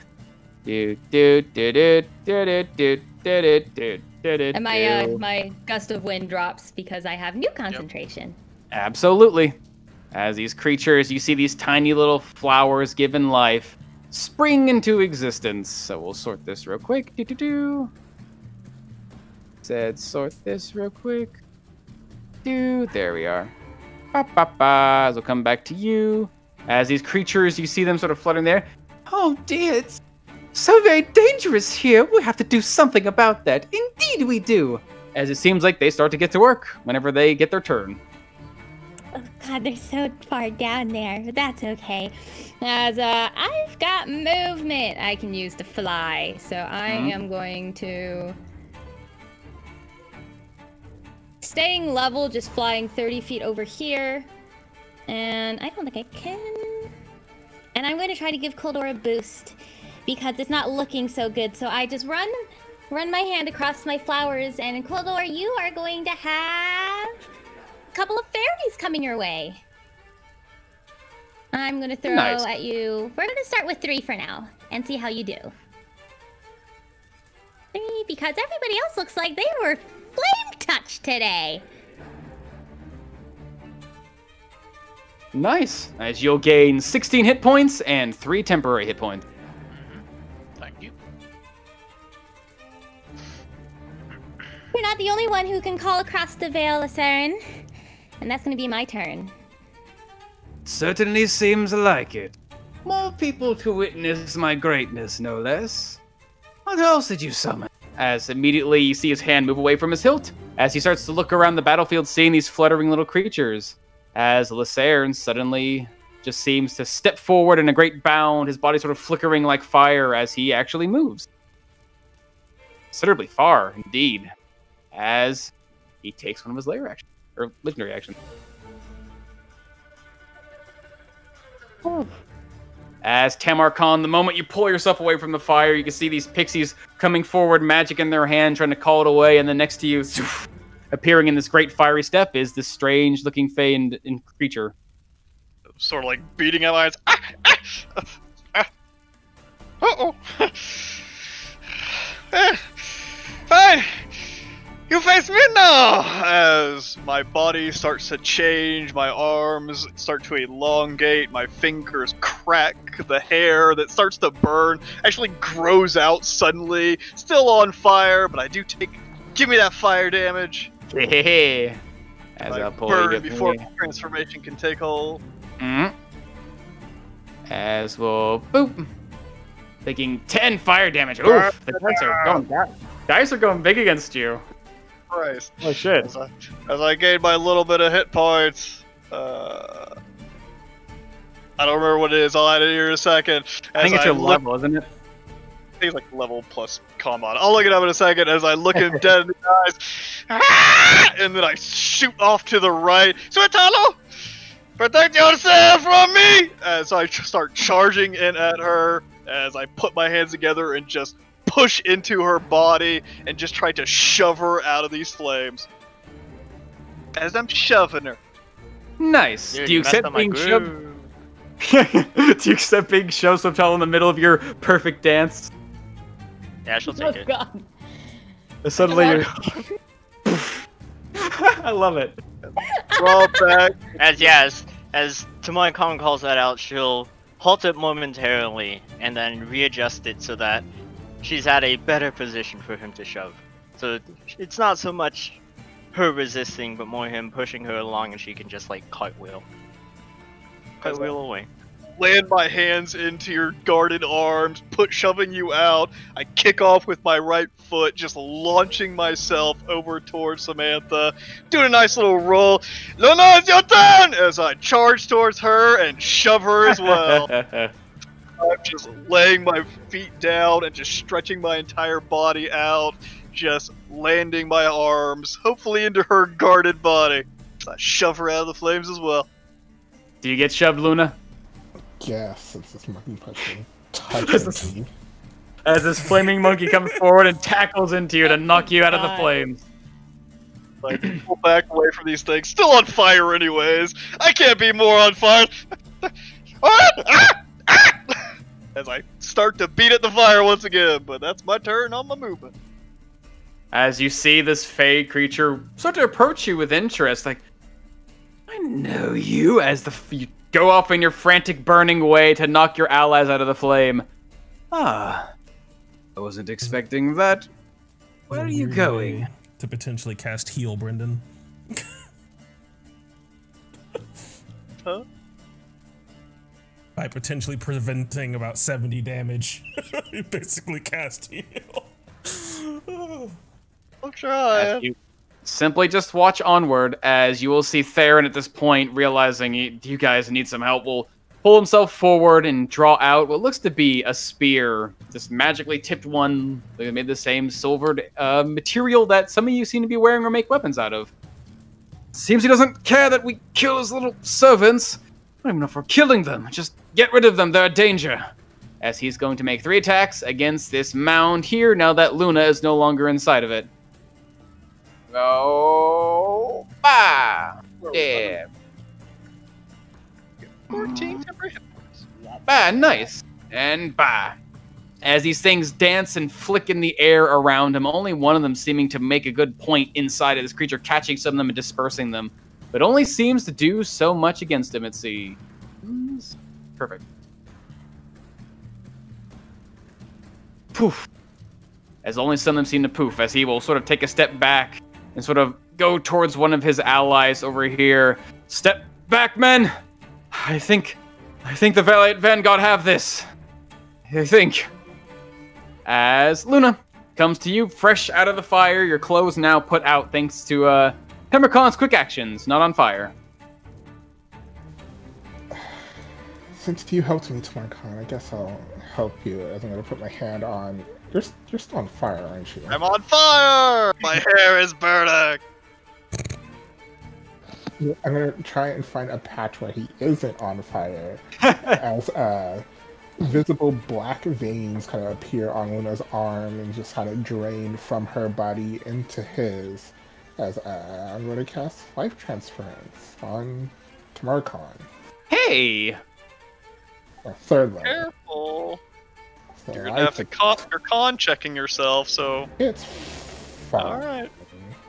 And by fine, I mean not fine, because I don't have proficiency in con anymore. So good luck, guys. Are you sure you... I'm fine! I'm a big hairy boy, I've transformed. Yeah, I've seen this guy take hits from, what's his name? That guy, the evil You're, you're on guy. fire. I'm good. Mordred. Goodbye. Yeah, I've seen him take hits like a champ from Mordred. He'll be fine. This guy is probably a charisma caster. He seems to have a lot of confidence. I'm gonna try it anyways, as Luna is going to raise her staff at Lesern. As spirits seem to coalesce around Luna as these floating skulls just start cackling around her. As in his head, he just sees all the people that he may have killed just kind of come to him, asking him why did he do it, asking him, you know, Jesus. who does he think he is, as I try to draw him God. back. Not evil though, not evil. Need some lunacy. I'm going to try and Not draw evil. him. Yeah. Ghost Rider isn't evil. It's literally the penance stare, but ranged. She Hashtag is so strange. literally making him face the people he's killed. How is that evil? Okay. That's fair. It's called Interesting. conscious. Interesting. We're just going to use all my charges. Give him -4 to that. All right. As he will have advantage. Let's see. Seems like his body is well protected. A creature of magical origin, able to withstand such things. He is quite a charismatic individual. -4 to this roll. 17. No. What is that? 19. 19. Oh. As madness swims in his mind, you can feel the connection is formed, Luna, but as he sort of reacts to the moment the magic hitting him, you just see a smile spread across his face as he just kind of laughs to himself. What is this? What is this magic? Well, he has no conscience. Good luck. I'm also just going to hop into a portal of spirits and Misty Step over here. You're All right. safe, darling. I'll see about putting an end to this. As his eyes seem to catch onto yours for a second, Luna, almost suspicious, but then just sort of turns back to the burning monkey man. Where are you going? I'm not done with you yet. As he will step forward with incredible speed, using one of his actions of legend, closing some of that distance, although it seems like he's mostly just sauntering at this point. I've been with you at any moment. I'm a bit preoccupied at the moment, if you can tell. As Quildor on the ground, currently armor burning hot, sort of distracting. What do you do? I gotta make a con save, right? Nope. Normally con save is if you're holding something or have a thing on you that's burning, you have to make a con save or be forced to drop it. But you're wearing armor that you take 10 minutes to take off. Oh, so I just take the damage? Well, you'll take it on him when he activates it on his turn. Oh, okay. You're just burning so bad you can't. Your attacks have disadvantage because ow, ow, ow, ow, ow, hot, hot, hot, hot, hot. Clothes fresh out the dryer times 10,000. Okay. You accidentally touched the buckle part of your belt out of the dryer. It's all buckled. Can't do that. Can't do that. Can't do that. Too far for that. It's a Texas summer seatbelt. Oh no! Oh no. So I could go that far, and I think he's like 55, 45. As I will just, yeah, fuck this guy. As I will go and use my second wind with my bonus action. It's a D10. So gain 16. No, yeah, 16 HP. As I will pull out my bow from behind my back and I will shoot him. All right. As the arrow comes flying to the earth, you see it strike up into his back and then seems to bounce off this hardened, glittering cloak of scales as he sort of turns his head. Actually, yeah, that attack would be with disadvantage, all of them, because your body's burning, man! Oh, okay. So that would be one. Do the second. Do that one. And one more. 13. As all three seem to clatter against his cloak from behind as he sort of softly turns around to look at you. Oh, and you're up now. Why were you on fire? Oh, I did. Right. Anyway. Keep running, coward. So that'll be my Is that your turn? All right, as Samantha, seemingly in a few moments, having just pulled himself out of the fire, this creature is now chasing after the already swift Tamarkan and has reached your basically vicinity, although he seems like he's not really paying attention to you. He seems to be mostly focused on the burning monkey. Listen, I really must advise you to cease this. I've been told not to hurt you. But I will. Really? Well, go on then. Hurt me. As I said, what's the use of power if you have nothing to test it on? You want to see what mortals can offer, alright? But I channel the power of the immortal as sort of focusing all of my attention on him. One by one, all of my snakes begin to glow in this soft white light as it seems to just sort of channel over him. You need to be put in timeout. As I'm gonna cast Flesh to Stone on him. All right. See, Ooh. Hopefully he's not inordinately tough in addition to everything else. We'll see. If he Let's is see. innately magical. Oh, sorry. Does seem to be innately magical, but yeah, there we are. As your magic does have a hard time catching hold, but you press on forward, trying to consume and contain him with your power. Boop. As his body seems to become harder, this grayness spreading across his forearm, you can see he clenches his fist against it, cracking, and the stone just burns away. Now that is interesting power, but, well, it seems as if my fire can overcome stone. Still working on the crystal part, though, as you can see. It is quite persistent as the light continues, as he needs to keep making saves. I think it just isn't affected. Nope, he just isn't affected. If he fails the first one, he's got to fail more. If it makes the first one, he just isn't affected by it. Oh, Nito Bandito. As he burns away the stone from his hand. What was that? I want to see more of that. Come on now. Again! As Swift Hollow, you can see now at this point, I gotta move this because this ain't working. Ugh. At this point, the embers in the sky have begun to fade away, and you can see even now the flames that were once surrounding this thing have all but been quenched. I said all but been quenched. I said all but been quenched. Thing, there you go. It seems like the remnant fire seems to be the only thing burning around this place, as it seems as if the wildfire's prince's attention has been changed from the tree into you guys. That's what do you do, Swift Hollow?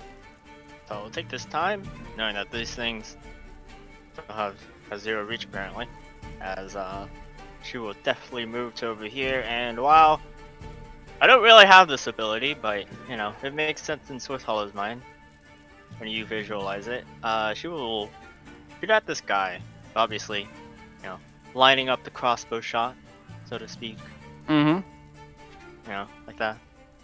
There, I'm Stevie now. Hehehe. It's a bunch of air. it is. There's a bunch of small creatures with a bunch of air. So how you could reasonably assume that maybe her bolt pierces through, but Sure. she will fire off reap into these guys. Give me that I shot, will baby. pass. I have advantage. Certainly do. 929. Yeah, certainly do. As that will definitely connect. As that, you can see your bolt comes flying through, piercing through a number of them, but this bulk is much larger than the last one. And as you can tell, although you have a sharpened edge, you're trying to pierce multiple creatures at once. You do something. As you will do not quite as much damage as you would expect, but I guess, well, really, you do as much damage as you'd expect, trying to shoot multiple creatures all at once. As it flies through most of them, and those down here seem to scatter at the last second to avoid the bolt as it goes flying. She does an acrobatic backflip up to here. All right, as you land on the edge of this pillar, you can hear the sound of the earth beneath your feet sort of sizzling against your boots. As this place has been well cooked for a while, but seemingly no soot, no ashes. It seems all to be cleared away. Just really hot with the remnant heat. Yeah, after hearing the sizzling, she just sort of like steps back and forth, making sure that her boots don't completely melt or stick. Sure. As these tiny little embers, let's see, 1, 2, 3, yeah, someone just shot at them. So the moment the bolt comes piercing through them, this thing's gonna surge up towards you again, Swift Hollow. Again, one more time, gotta get that dexterity saving throw. They will dance. Still dancing among them. Even on your hot step, you're able to avoid the strike, avoid all the damage in the heat, though they do start to cling and grab onto your clothes. If you linger there too long, you will start to burn. As down here, Tamarkan, having just battered their friends away, although one of them has struck at them, there is someone currently accosting them on fire, as they will slip and slide their way onto you. I'm going to need that dex save. Just here to help y'all. Oh, golly.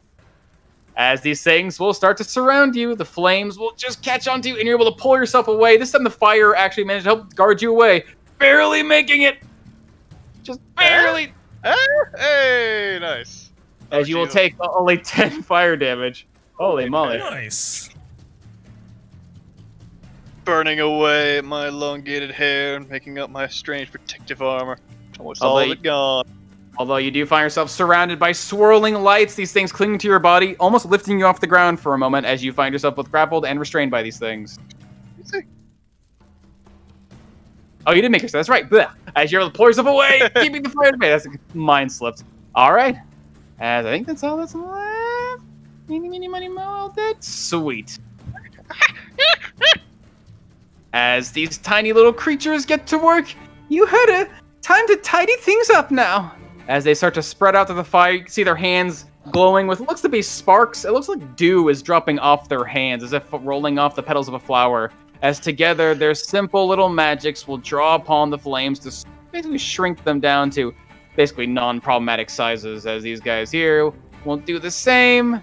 Together, shrinking these flames down, the embers in the air already being scattered away both by their magic and seemingly by a certain prince's lack of desire to play with this toy anymore.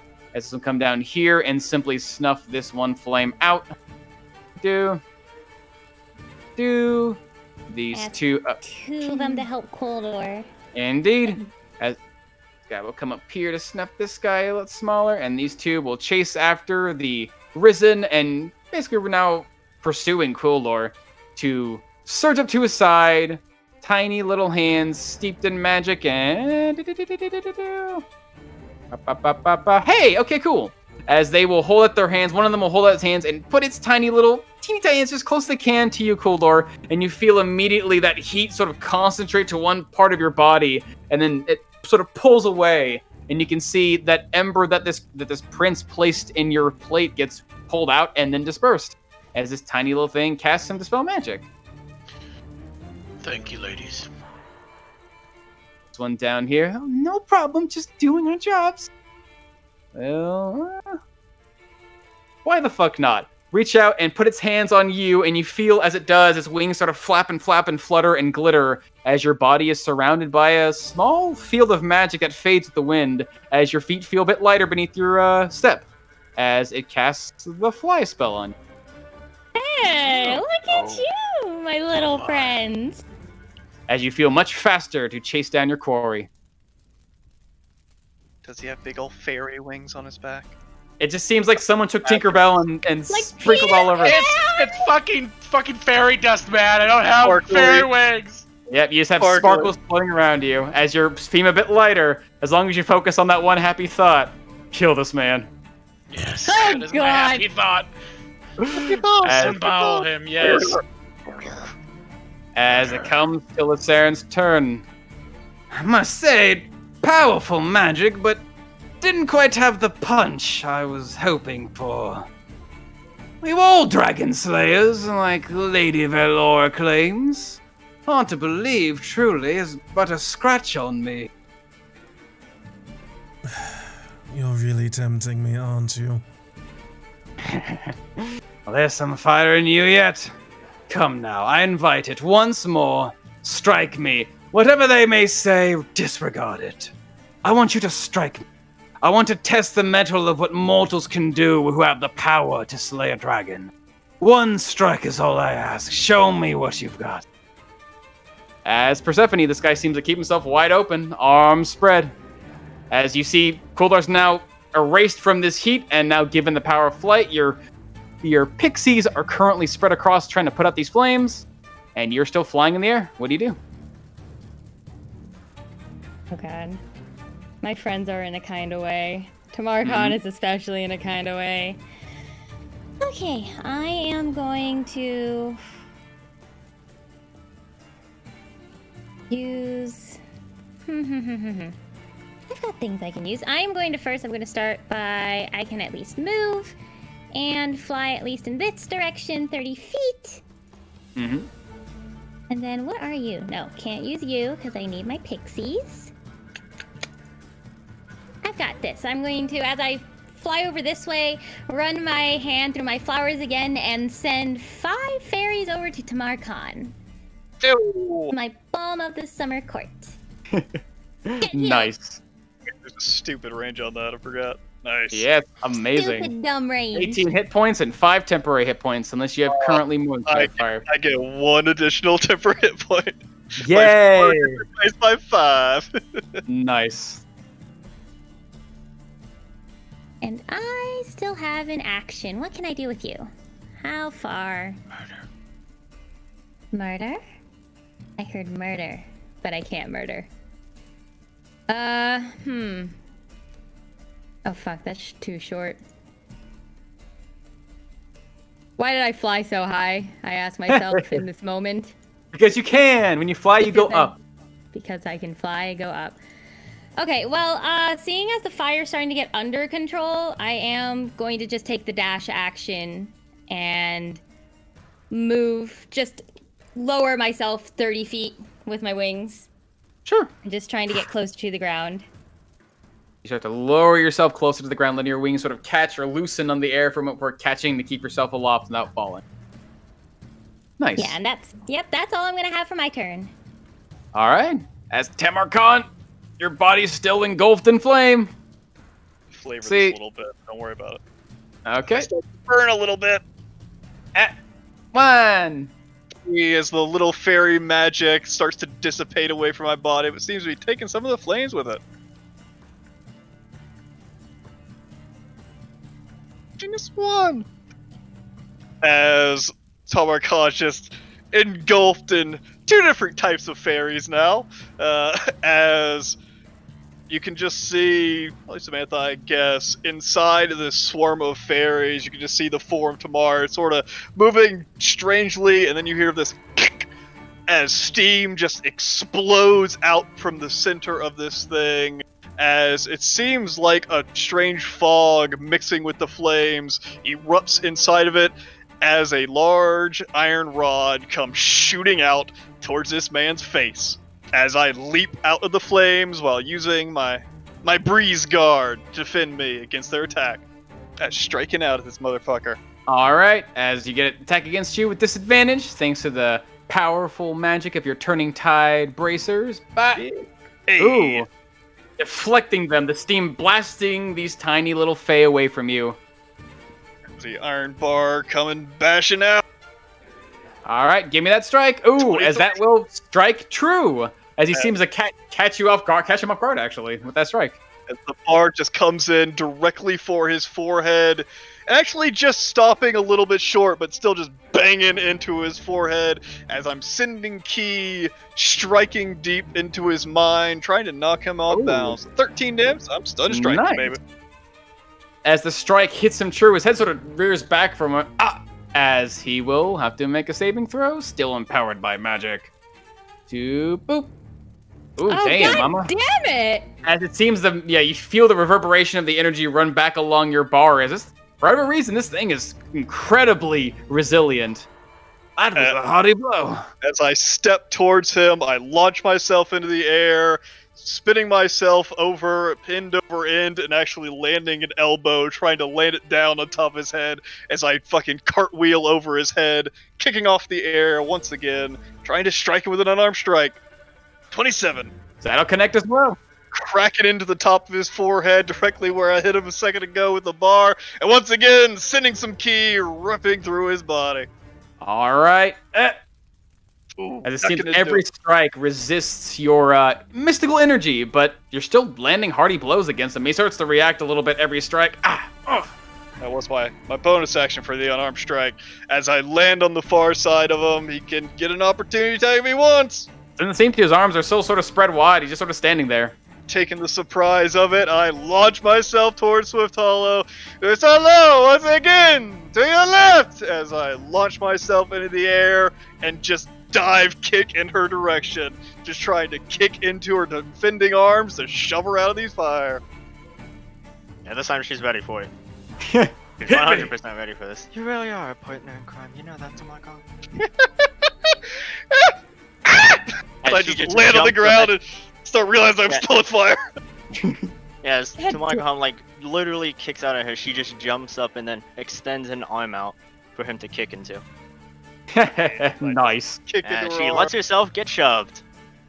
Boosh. 20, 35. I got like 10 feet of movement as I just sort of dance away from this flame that was accosting Swift Hollow. So I'm just still sort of batting up my arms and things, but that's it. That's me.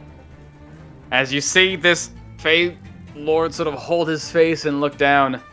Those strikes lack much power behind them, but well aimed. And he fights while on fire. I love it. I simply love it.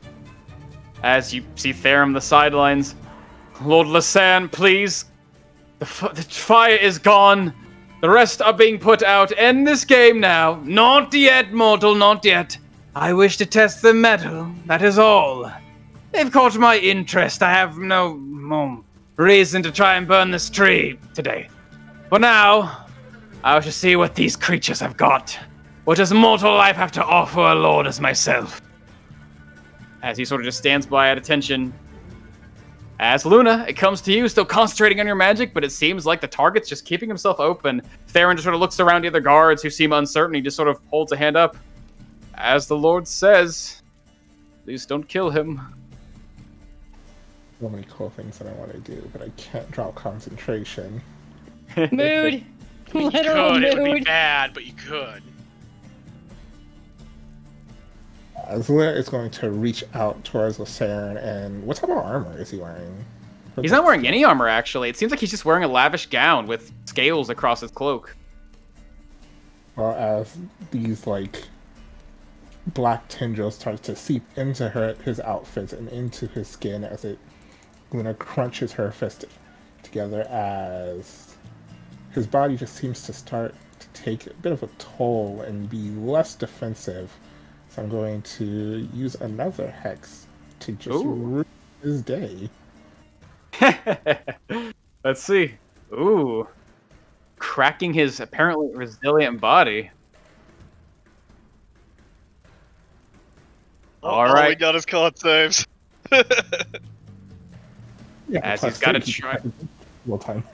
Try and withstand it with a little bit of his magical defenses. Ooh. As again, try to break through the defense. He's been consistent. As the magic trying to overtake him suddenly gets shattered and burned away. More. Give me something stronger. It sounds like an alcoholic. I'm just going to keep walking away from this crazy person. And that's a turn. All right, cool, Lore. no longer burning from your armor, now finally strangely cool, and you feel the sparkles that these fairies apparently had thrown upon you, granting you strange lightness. You can move yourself through the air at will as you have a flying speed. Indeed, as I just fly over there, like, I'll give you something stronger. As you just see, like, this, almost this aura of this flight just kind of glistens as the blade just comes out as I drop my bow back there. As I will move into my fighting spirit, as I will swing. Alrighty, give me them swings with advantage. Ooh, as that'll connect, the blade cutting deftly into his side as it catches him off guard in that moment. The flames licking upon his body seemingly just do just that and then vanish, as if his heat seems to absorb it, as each strike will strike true. Nice. As a flurry of blows cut into his side through his armor. As he puts his hand upon it, you see heat rise, and immediately the wound is healed. But he does turn to face you. You see, I knew there was strength in this one. Indeed, as I swing 3 more times. Nice. Ooh. As you'll cut deep into him. As each strike, let's see, 9, 20, nice.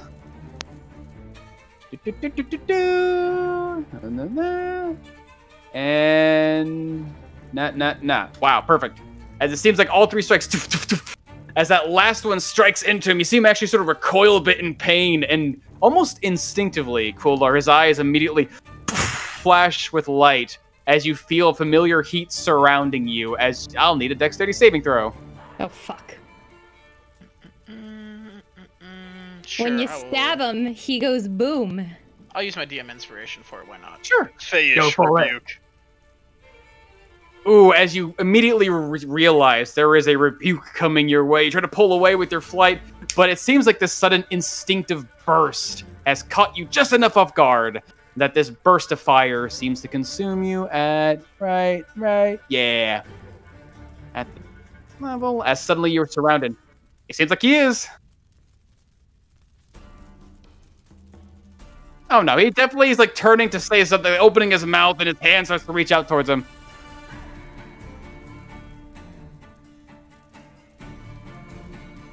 All right, as the fire that surrounds you, Cooler, immediately gets dispersed as you take no damage. As I get my DM inspiration back! Ah! I thought Oh, it was no, just he's- like, yeah, you like strike him, and yeah. Nope, he's casting his spell. That's my bad. It's that Fayish rebuke, man. Yeah? They say I can't kill you, Lysarin. But I want to. A dark voice. This one's got a taste for blood. Apparently. Stand down, I'm just a bit on fire. You don't need a heavy man. That's my turn. All right, down to you, Samantha. You see this man get struck 4 or 6 times by a blade. And his tension.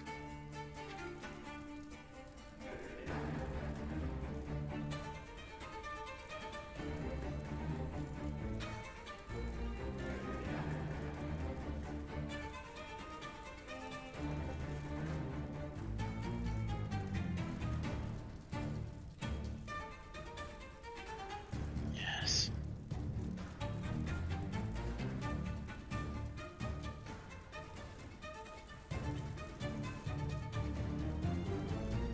All right. Give me that attack roll, baby.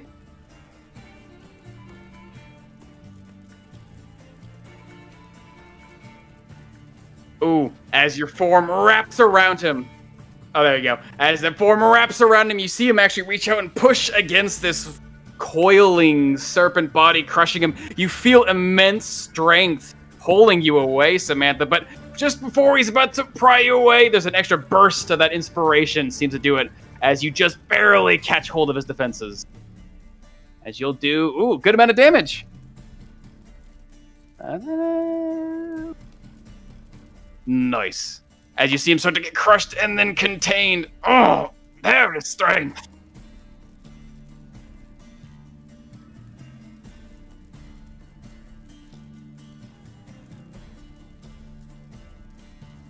Oh, quite strong. Could use more power though, but I'm starting to see where you all accomplished what you did. It's all coming together now.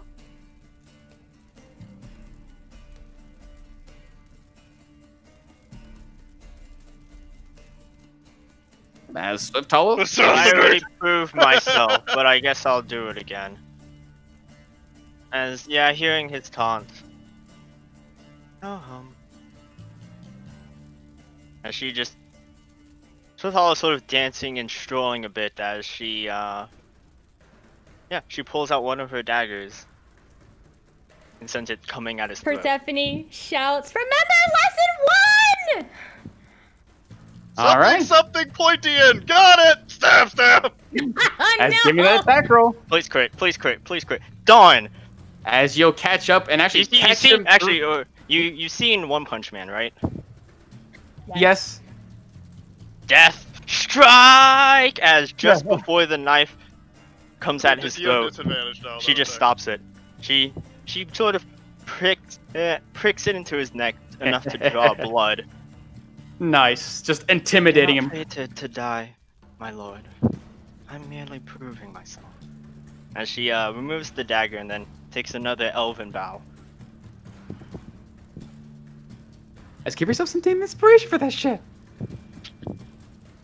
As these tiny little embers begin to swirl and search after you, you can hear from within the depths of these crushing serpentine body. Enough! Enough! Enough!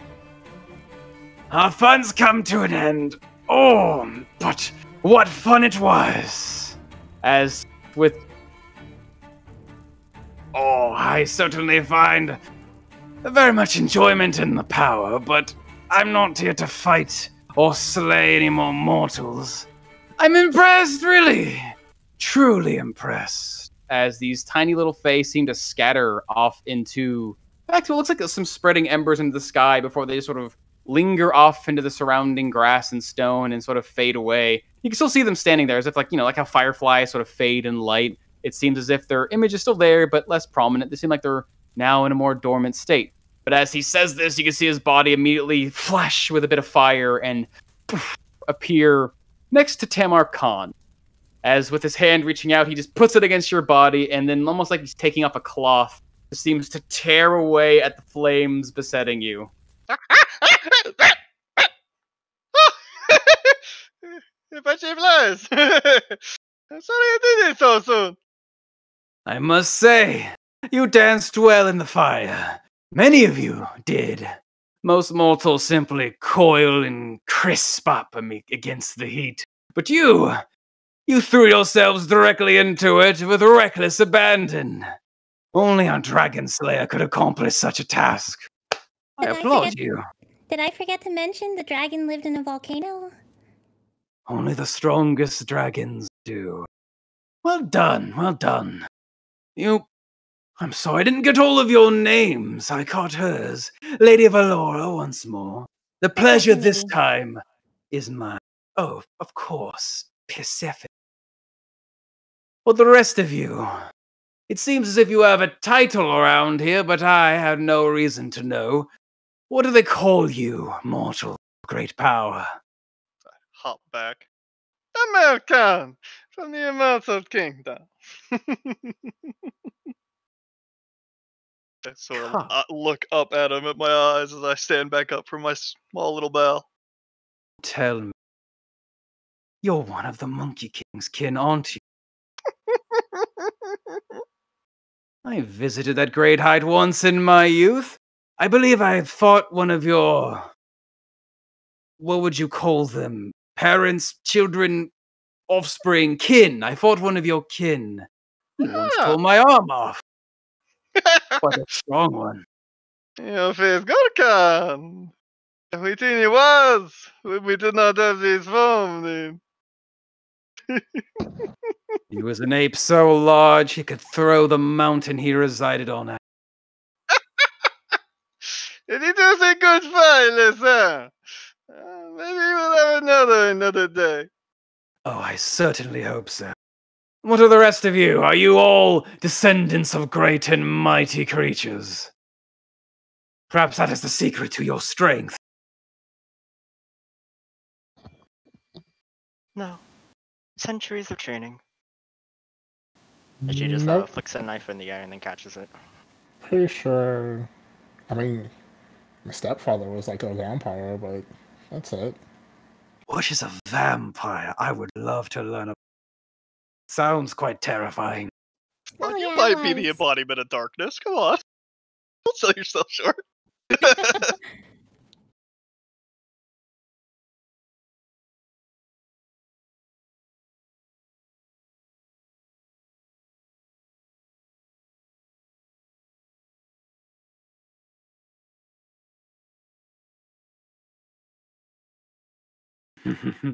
Pleasure is all mine. Creatures of talent here. What of you? Large elf. There are no other elves in this city as large or as strong as you. I mean, look at them. They're practically children in size. What of you? Do you hail from here as well? Or perhaps you have the blood of a giant in you. I hail from the kingdom of Tyrion. Really aware of that one. You'll have to inform me. As you do look around, you can see some of the soldiers now, as that's mentioned, they do sort of shift comfortably in place. Excellent. They are uncomfortable because we beat them in war. Is that right? Did he beat you? This man here single-handedly defeat all of you. I imagine Did so. you? Single-handedly, no. You see, I come to realize you are all dragon slayers in your own might, but only together. I assume you work quite well together, as you did against me. I do not work well in pairs, it seems, but perhaps there is strength in numbers after all. Very well done. I give you my own applause. You are all welcome to accept it and hold it to the highest honor. Well,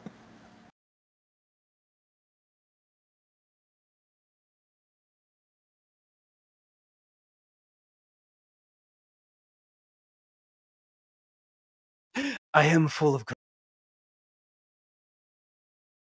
as you We lost that greatness, word. greatness, full of God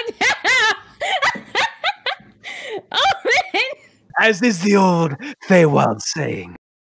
As you can hear from the back, as exciting as this is, my lord, there is business to attend to. You did just try to burn this tree down. We have to tell the lord. Oh, certainly. Tell him. I suppose tell him it didn't work this time, and well, perhaps we'll try another time. Perhaps when had more rest. Unless any of you, would like to try with me next. If teamwork is where power comes from, those with great fire might be able to destroy this great force of magical power. No, no, we don't I need to look at touch the tree.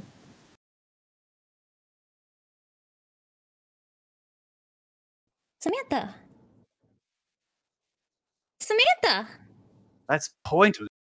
Weaken something to test your strength against it is pointless. It's like watching a mountain wear away and calling yourself its victim. It's not challenging. You need to watch it break at its strongest.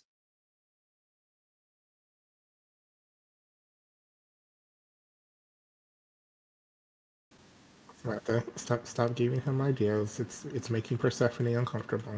It is certainly true. As Tamarkan, stepping forth to this tree, it's been a long time since you've seen this thing, and strangely enough, you've never really gotten to get this close to it before without something or someone stopping you. At this point, a guard would have taken you by the tail or the hand to pull you away. And at this point, reaching up towards the steps, there was always magic keeping this thing warding away creatures. It took a will of your mind to sort of fight against it to get here. But now, standing next to it, you feel nothing stopping. This thing is unguarded, unprotected, as it seems like your allies and this new strange enemy are sort of quarreling and discussion. Find yourself standing next to the great, luxurious, magically charged tree.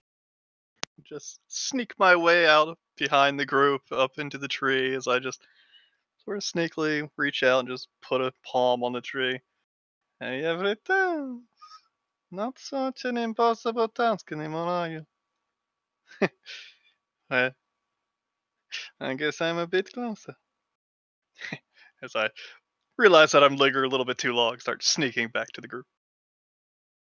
As you put your hand against it, you can feel sort of a, not a warm, but almost electric pulse of magical power sort of responding to it for a moment. But again, it feels like it responds to your touch as if it, were either tuning or otherwise just trying to affect you. But then it sort of short circuits, and then you feel the connection break the moment you pull your hand away.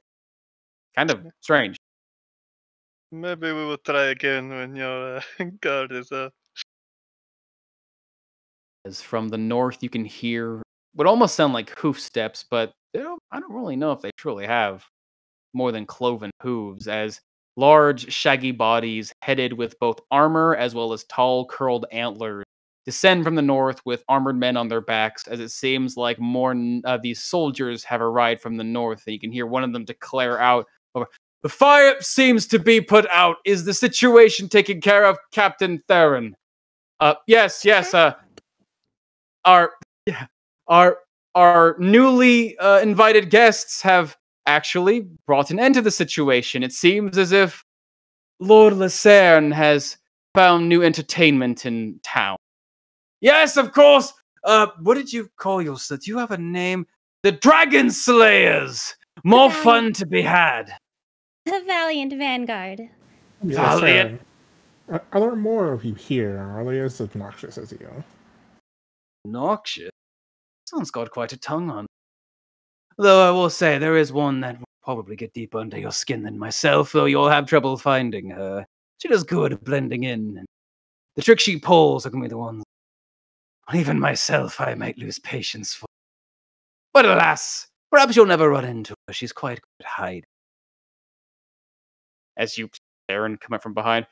Yes, and with them we have a very particular guest we truly need to reintroduce to the capital in the Emerald Chateau. If you would not mind an escort? Yes, sir. As an these men, escort? just to ensure that there's no more trouble. If we leave Lucerne by himself, he will likely cause a scene.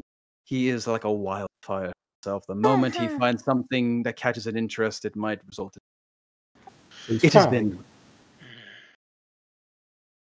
Noted. See Lucerne would like brush up his wounds. It's done. As immediately fire rolls up his body, you can see the cracks and cuts across his forearm almost look like the heat rolling along charcoal, that sort of wavering golden color. As immediately it seems like his wounds are starting to heal. Oh, very well. Let's go attend to whatever meeting. I flutter back to Lucerne and see him using similar magic to my own. Do you need some help? As I run a hand through my flower and offer him a fairy. Pluck it. I'm not a man for help. Do what I can. Actually tosses it into his mouth and chews it up. But immediately as he does, smoke spills out of his mouth and he does get a little bit of healing. Although, I must say, I enjoy the flavor.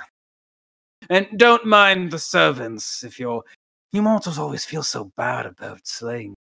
With some of you, not that one over there, he seems to enjoy it. They're simply returning to the Feywild. They'll be back restored and formed to serve as all servants do. In the meantime, let's go get punished. Or are you getting punished, or is it just me? It's just you, Lucerne. All right.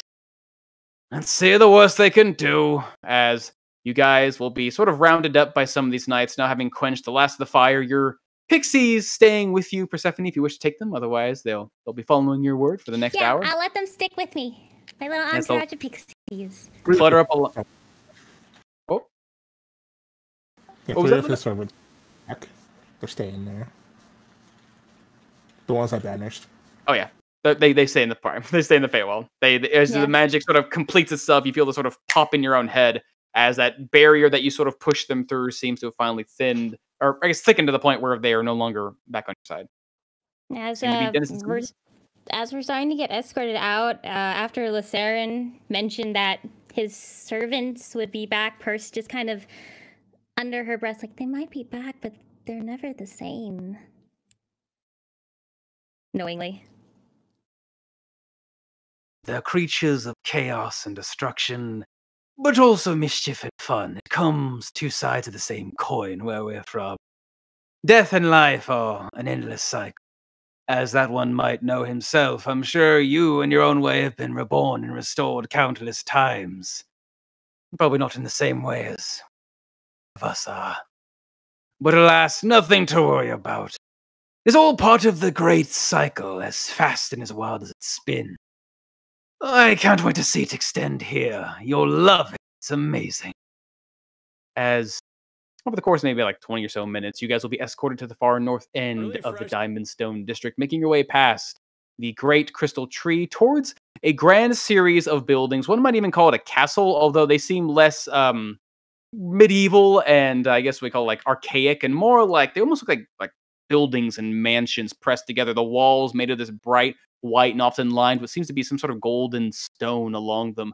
All of them capped with what seems to be roofs of great emerald and jade color. It's referred to these creatures and denizens as the Emerald Chateau, a collection of great and mighty buildings where both the presiding royal family lives, as well as those who come from the great capitals of Illyria find themselves staying.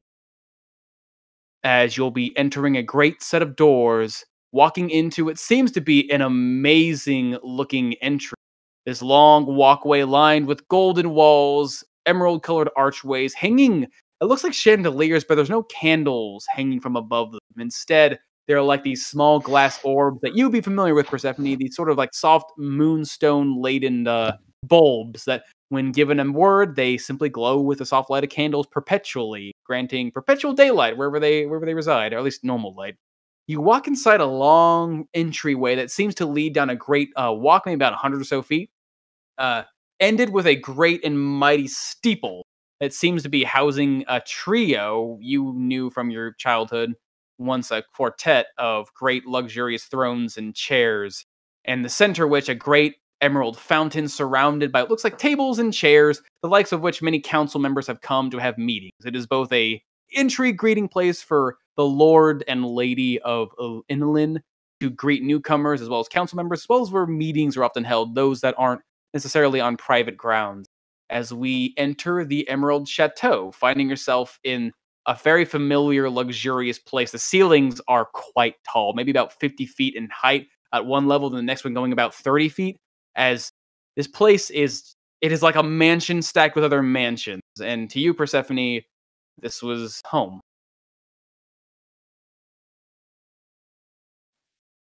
Mm-hmm.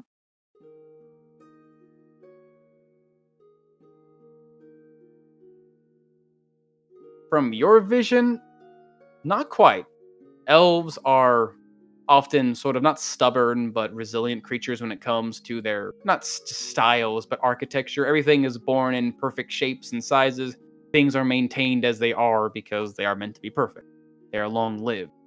So, probably the only thing that's changed is the shifting of furniture here and there, maybe the adding of some these strange magical chandeliers, but otherwise, seems all quite familiar from your own perspective. Maybe more personal. First is going to just kind of approach the balcony and overlook the whole chateau. It's been a while.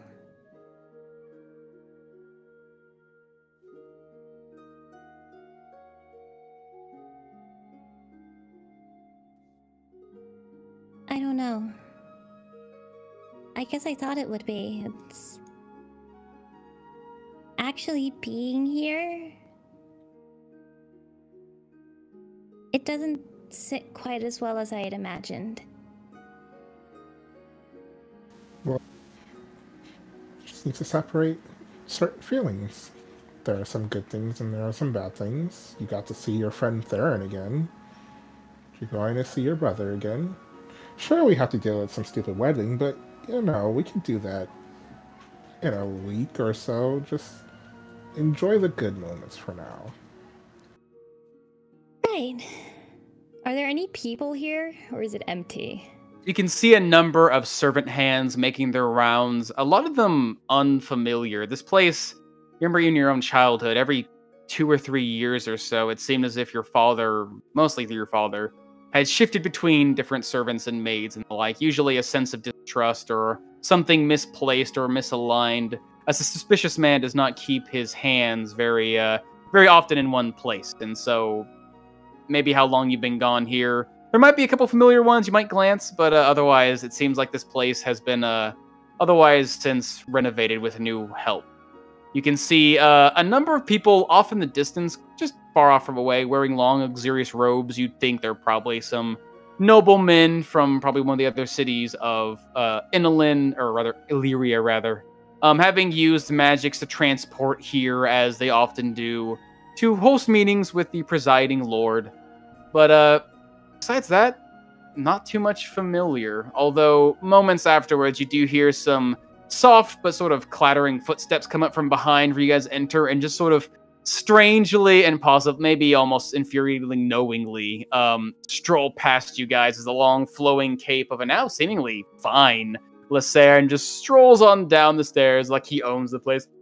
I'm going to get some food if you don't mind. Something smells luxurious deep in these holes, and I claim to test it against my stomach. I'll see you all later, perhaps for another fight if you're willing. This time I may even draw my sword. Persephone, were you hoping for more or less fire? I can't do much about the less, but we can certainly add some more. Maybe it wouldn't be a bad idea to entertain him if it keeps him away from the tree. Whatever you need The while trees we're seem here, quite Persephone. resilient. Then, Quildor, do you mean that? I will not kill anyone. That's something we'll talk about later. For now, you see the way the guards shift, I know you do. Don't mention you're from Tyrion. You want me to For lie now. to them? Just offer the information. So And then lie. When they ask you, where you're from, then lie. Or tell them, but understand that I've made this request not lightly. As Persephone is going to flutter over the balcony with her wings and descend down to the chateau.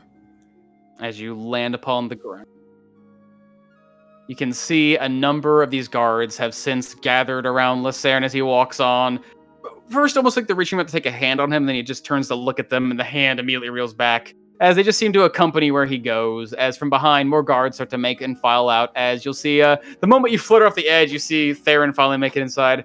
Oh, there we go. Oh, whoops. You certainly get around quite quickly, Persephone now?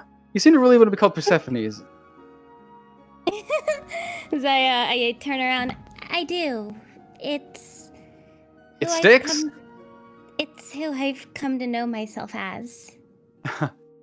Well, as he sort of strolls down the stairwell next to you as you're fluttering your way down. It was how I first met you, after all. I gotta say, spent the last couple years really getting pushed to really speak your real names, but I guess you're always kind of Persephone to me. That's what you want to be called? That's fine. That's perfect. Unfortunately, now that you're back, I do have to bring you to the Lord. Yeah, of course. I'll fetch him now, if you will. If you just have a seat here. Jesus. I presume As you- my old seat is gone? Yeah, my old seat is gone. As you do find 3 thrones. One what I said. particularly large. As he'll make his way off, giving you guys some time to sort of relax. He doesn't want to do or say anything, have some conversations. He seems like Laceren's being lured off. You do have some maid hands and servants who come by your side. Some of them kind of almost like knowingly coming up to you, Persephone, but you don't recognize maybe just one of their faces, someone who you maybe seen as just before you left. They offer you, if you need any food, refreshments, drinks. Some of you have wounds. They can offer you some balms and the like. They have elven medicine they can use to help treat, especially the one who's currently maybe just simmering and smoking from his recent in-fire endeavor. Oh yeah, you can see him sort of side-eye and wander his way over to the fountain and start scooping water out, just pouring it on his arm. Oh, oh, I've been... Oh, I'm so proud of you, Tamar. I thought you were gonna jump in and start fucking swimming. Not enough room to swim in these things. Okay.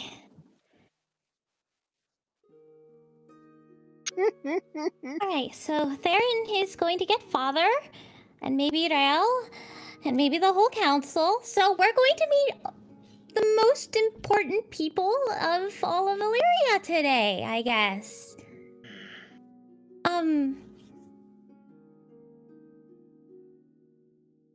Yeah, just be on your best behavior. It's not a warm welcome. I ran away, and that's kind of a big deal. And Father is probably furious. And I don't even know what the council thinks. I don't really know what they told anybody about my disappearance. So, don't embarrass me. I would never.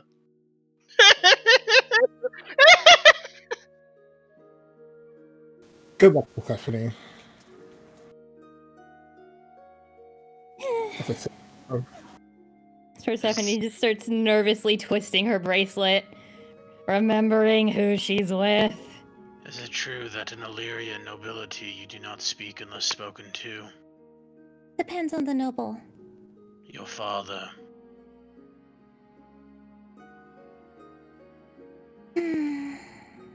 Depends on the circumstance. These circumstance? Let him speak first. And that's- do not speak for me. I should be able to speak for myself. As she starts twisting her bracelet a little faster after she says that.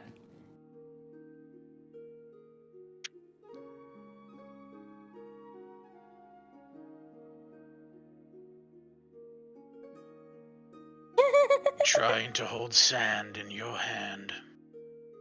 It always seeps out. I'm going to curtsy at the pixies and dismiss them at this time. As you're sort of like gathering yourself, speaking to your friends and allies, you do see like some of them sort of flutter around them. Like if they have dirt, especially maybe Tebercon washing himself off, you see one of them sort of walk over, wave a little wisp of wind around them, pull some off. Seem to be tidying and cleaning things all around them as they go. But once they get dispersed, they sort of like curtsy back at you, and then one by one swirl into little flower petals that then turn back into embers before they sort of fade away.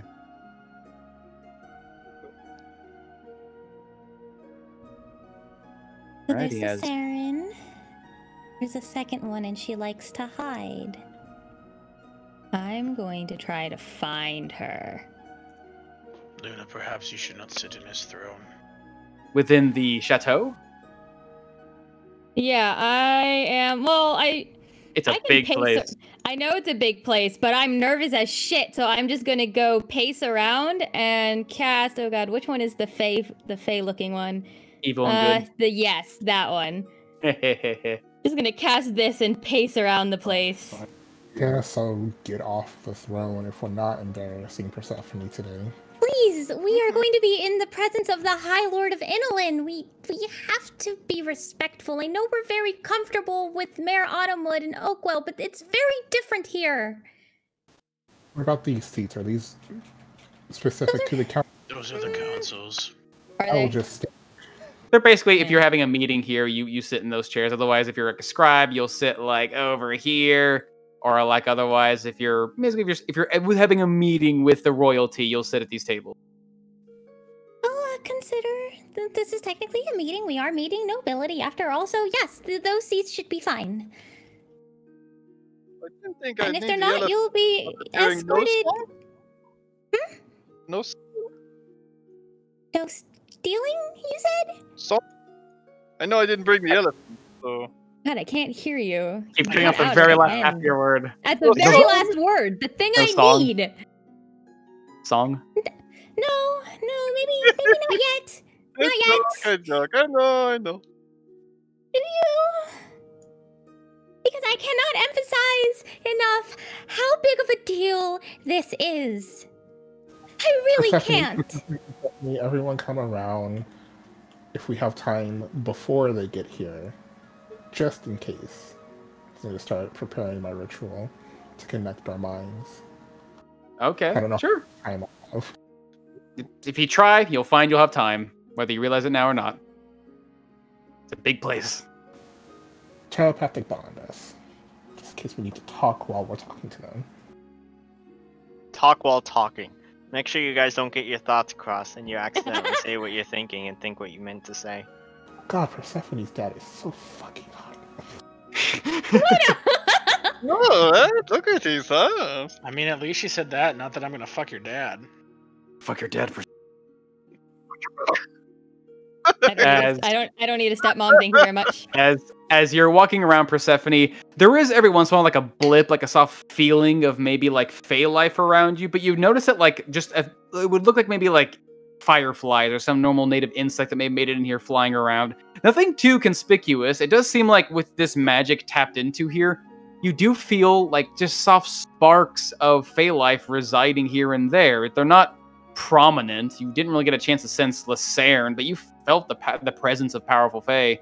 It just seems like you just have fey spirits lingering here. If there is this strange, good at hiding fey creature here, subterfuge, fey lord or lady, it seems as if you are unable to sense them here.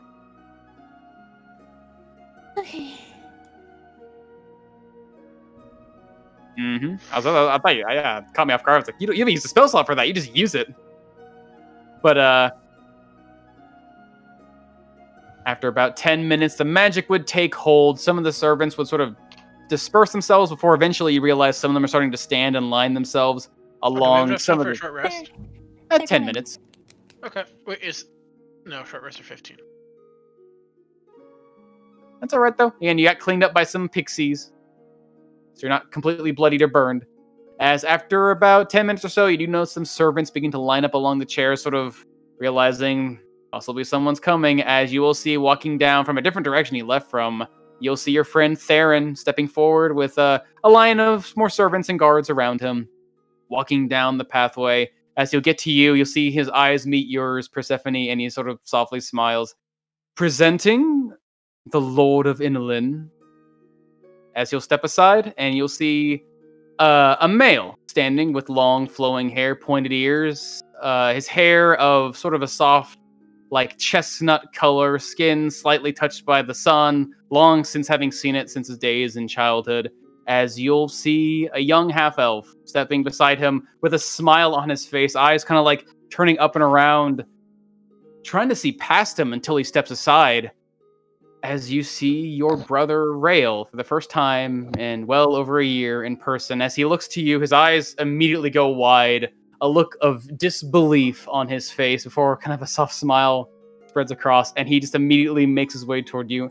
Vael, you're here! I run in to meet him, and I just like wrap my arms around him, tears in my eyes. As this elf reaches up and wraps his arms around you, spins you around a little bit in the air before kind of clumsily placing you down, and immediately just sort of taps his head against yours and just continues to hug you. I had a dream about you recently. I thought... I thought I'd see you again, but I didn't... But why? I did say I was going to be here soon. I was hoping 2 days ago, but the forest is kind of crazy right now. I don't know if you noticed. Yeah, there's magic everywhere. The trees are as tall as the mountains,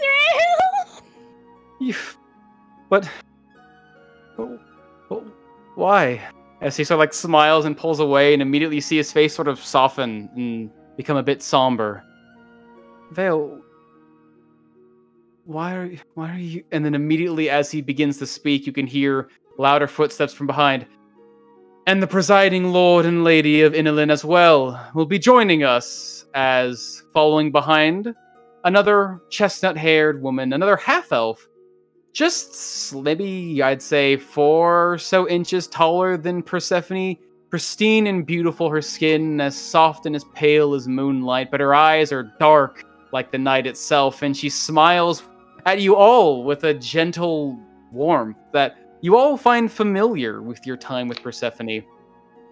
Someone who maybe has bestowed countless years of love and affection, and maybe even a sense of excitement in the daughter you've come to know as your friend. As you are greeted by one Lady Sontas Thespia, who steps into frame in a long, flowing, elegant, both turquoise and emerald gown, as she'll sort of bow before you. It is a pleasure to finally meet you all in person. I've heard so much about you. As from behind, a different individual steps forward. Taller than the others, standing maybe about 5'9", tall for an elf. Not the tallest elf you've ever met, but thin, refined, flowing blue sapphire robes at his side. His hair, bright sunlight, a bright blonde. His skin just barely touched by the sun. His eyes a piercing blue that truly pierce wherever they look. A look of familiarity to some of you. Maybe when Persephone finds herself in moments of frustration or anger, she shares this man's expression. But probably more familiar to you. An expression, though much more hardened and controlled, less chaotic and driven in their own sort of way.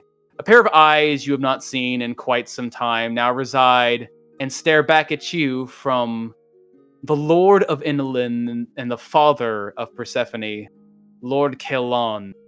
As he'll step forward, you see he moves his hand to sort of part some of the servants and guards around him, almost seemingly compelled to act as if they have followed his leadership for quite some time. As his eyes will scan across all of you and finally land down to you, Samantha. Familiar set of eyes. As his eyes will scan across the whole room, taking what seems to be, to some of you, more insightful, silent, and well-hidden observation and, I suppose, deconstruction of everything he sees until they land solely on you, Persephone, his daughter.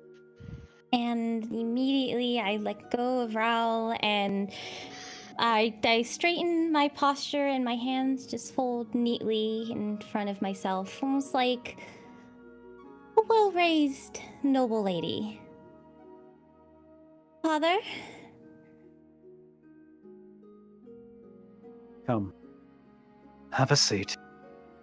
There is much to discuss.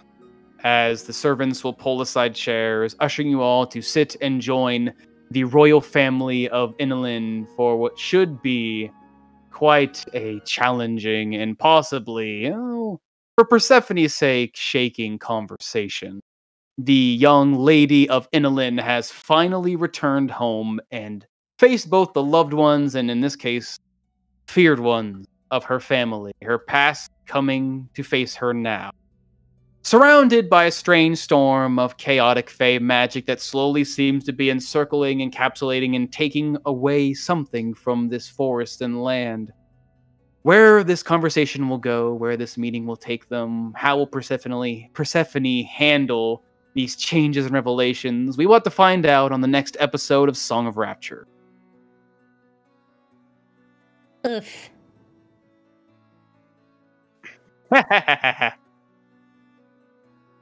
Right!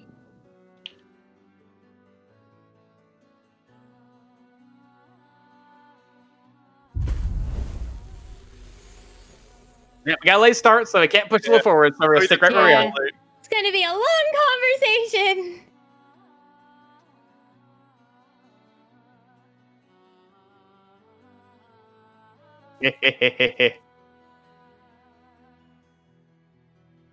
Woo! No, don't do that! Don't do that! Get it done! Your teeth. Don't let him take your teeth. Don't give them back. Take it Their again. teeth. They owe you teeth. Their teeth.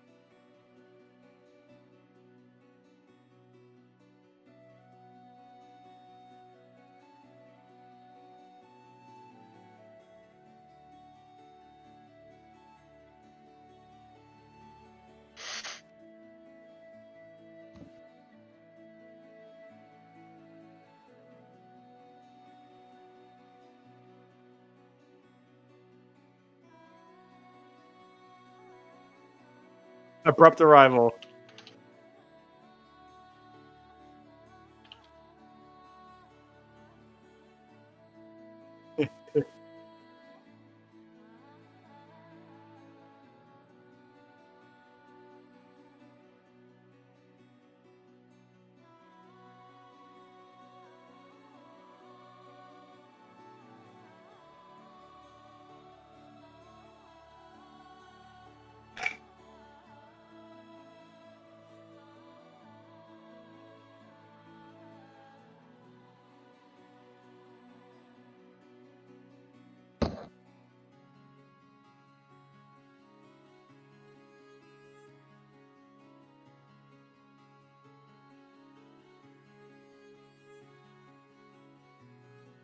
No, let's no.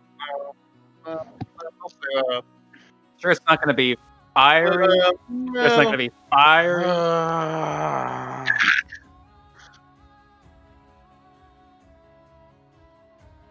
Gosh, it just makes me want to sigh, Don. Oh. Boo this man! Everyone boo this man! Boo! Sidon.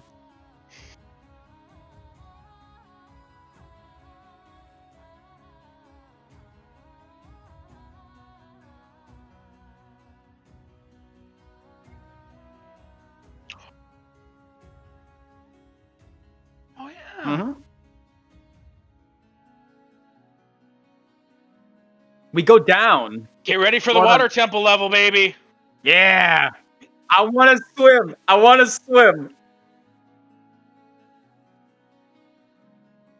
The water temple is notoriously the most difficult one in all the Legend of Zelda games. All the Legend of Zelda games. Yeah, but we got a druid now. It's fine. It's okay. Oh. We got fucking druids and shit. It's gonna be fun. I want to swim. I want to swim so bad. Of course Milo wants to swim. Yep. Yeah, you're gonna be our fishing Bob. Oh, he didn't float. He's a witch. I did.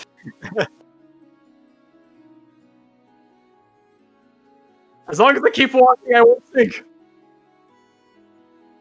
Stupid. Gotta go fast.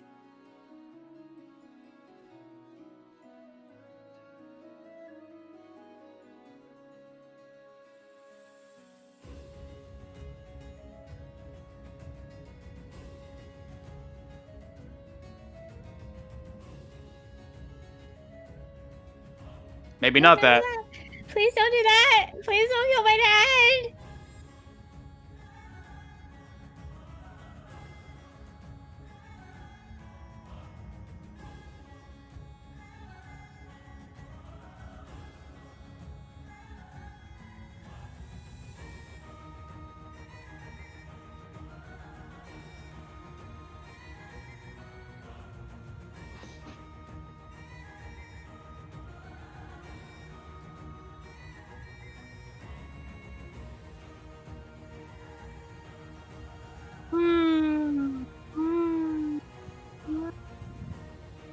That's how we roll.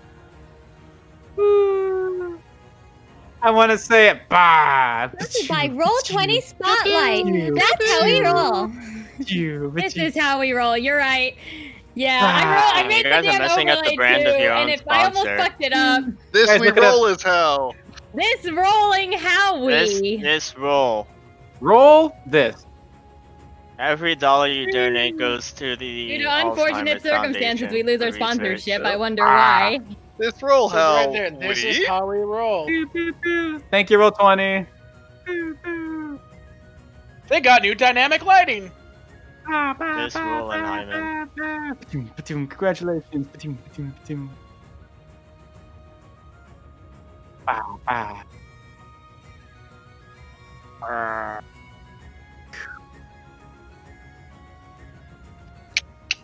Later, y'all. Woo. Wash your hands. Don't touch your face. Get out there and vote. Don't touch your vote. Wash your face. Wait, no. Don't Don't hands. touch the roll, touch the boat. Yeah, Wash your vote. There's no size limitation, right? It's just you just have to You put touch it a on willing creature. Yeah. No, This is I'm interesting. bound to this room. Yeah. I am a mobile being bound here. I may not remove myself by any means. Only you can remove me. So, Lom, Yeah. I would say, excuse me, I would let him know that we need the gem to protect the world from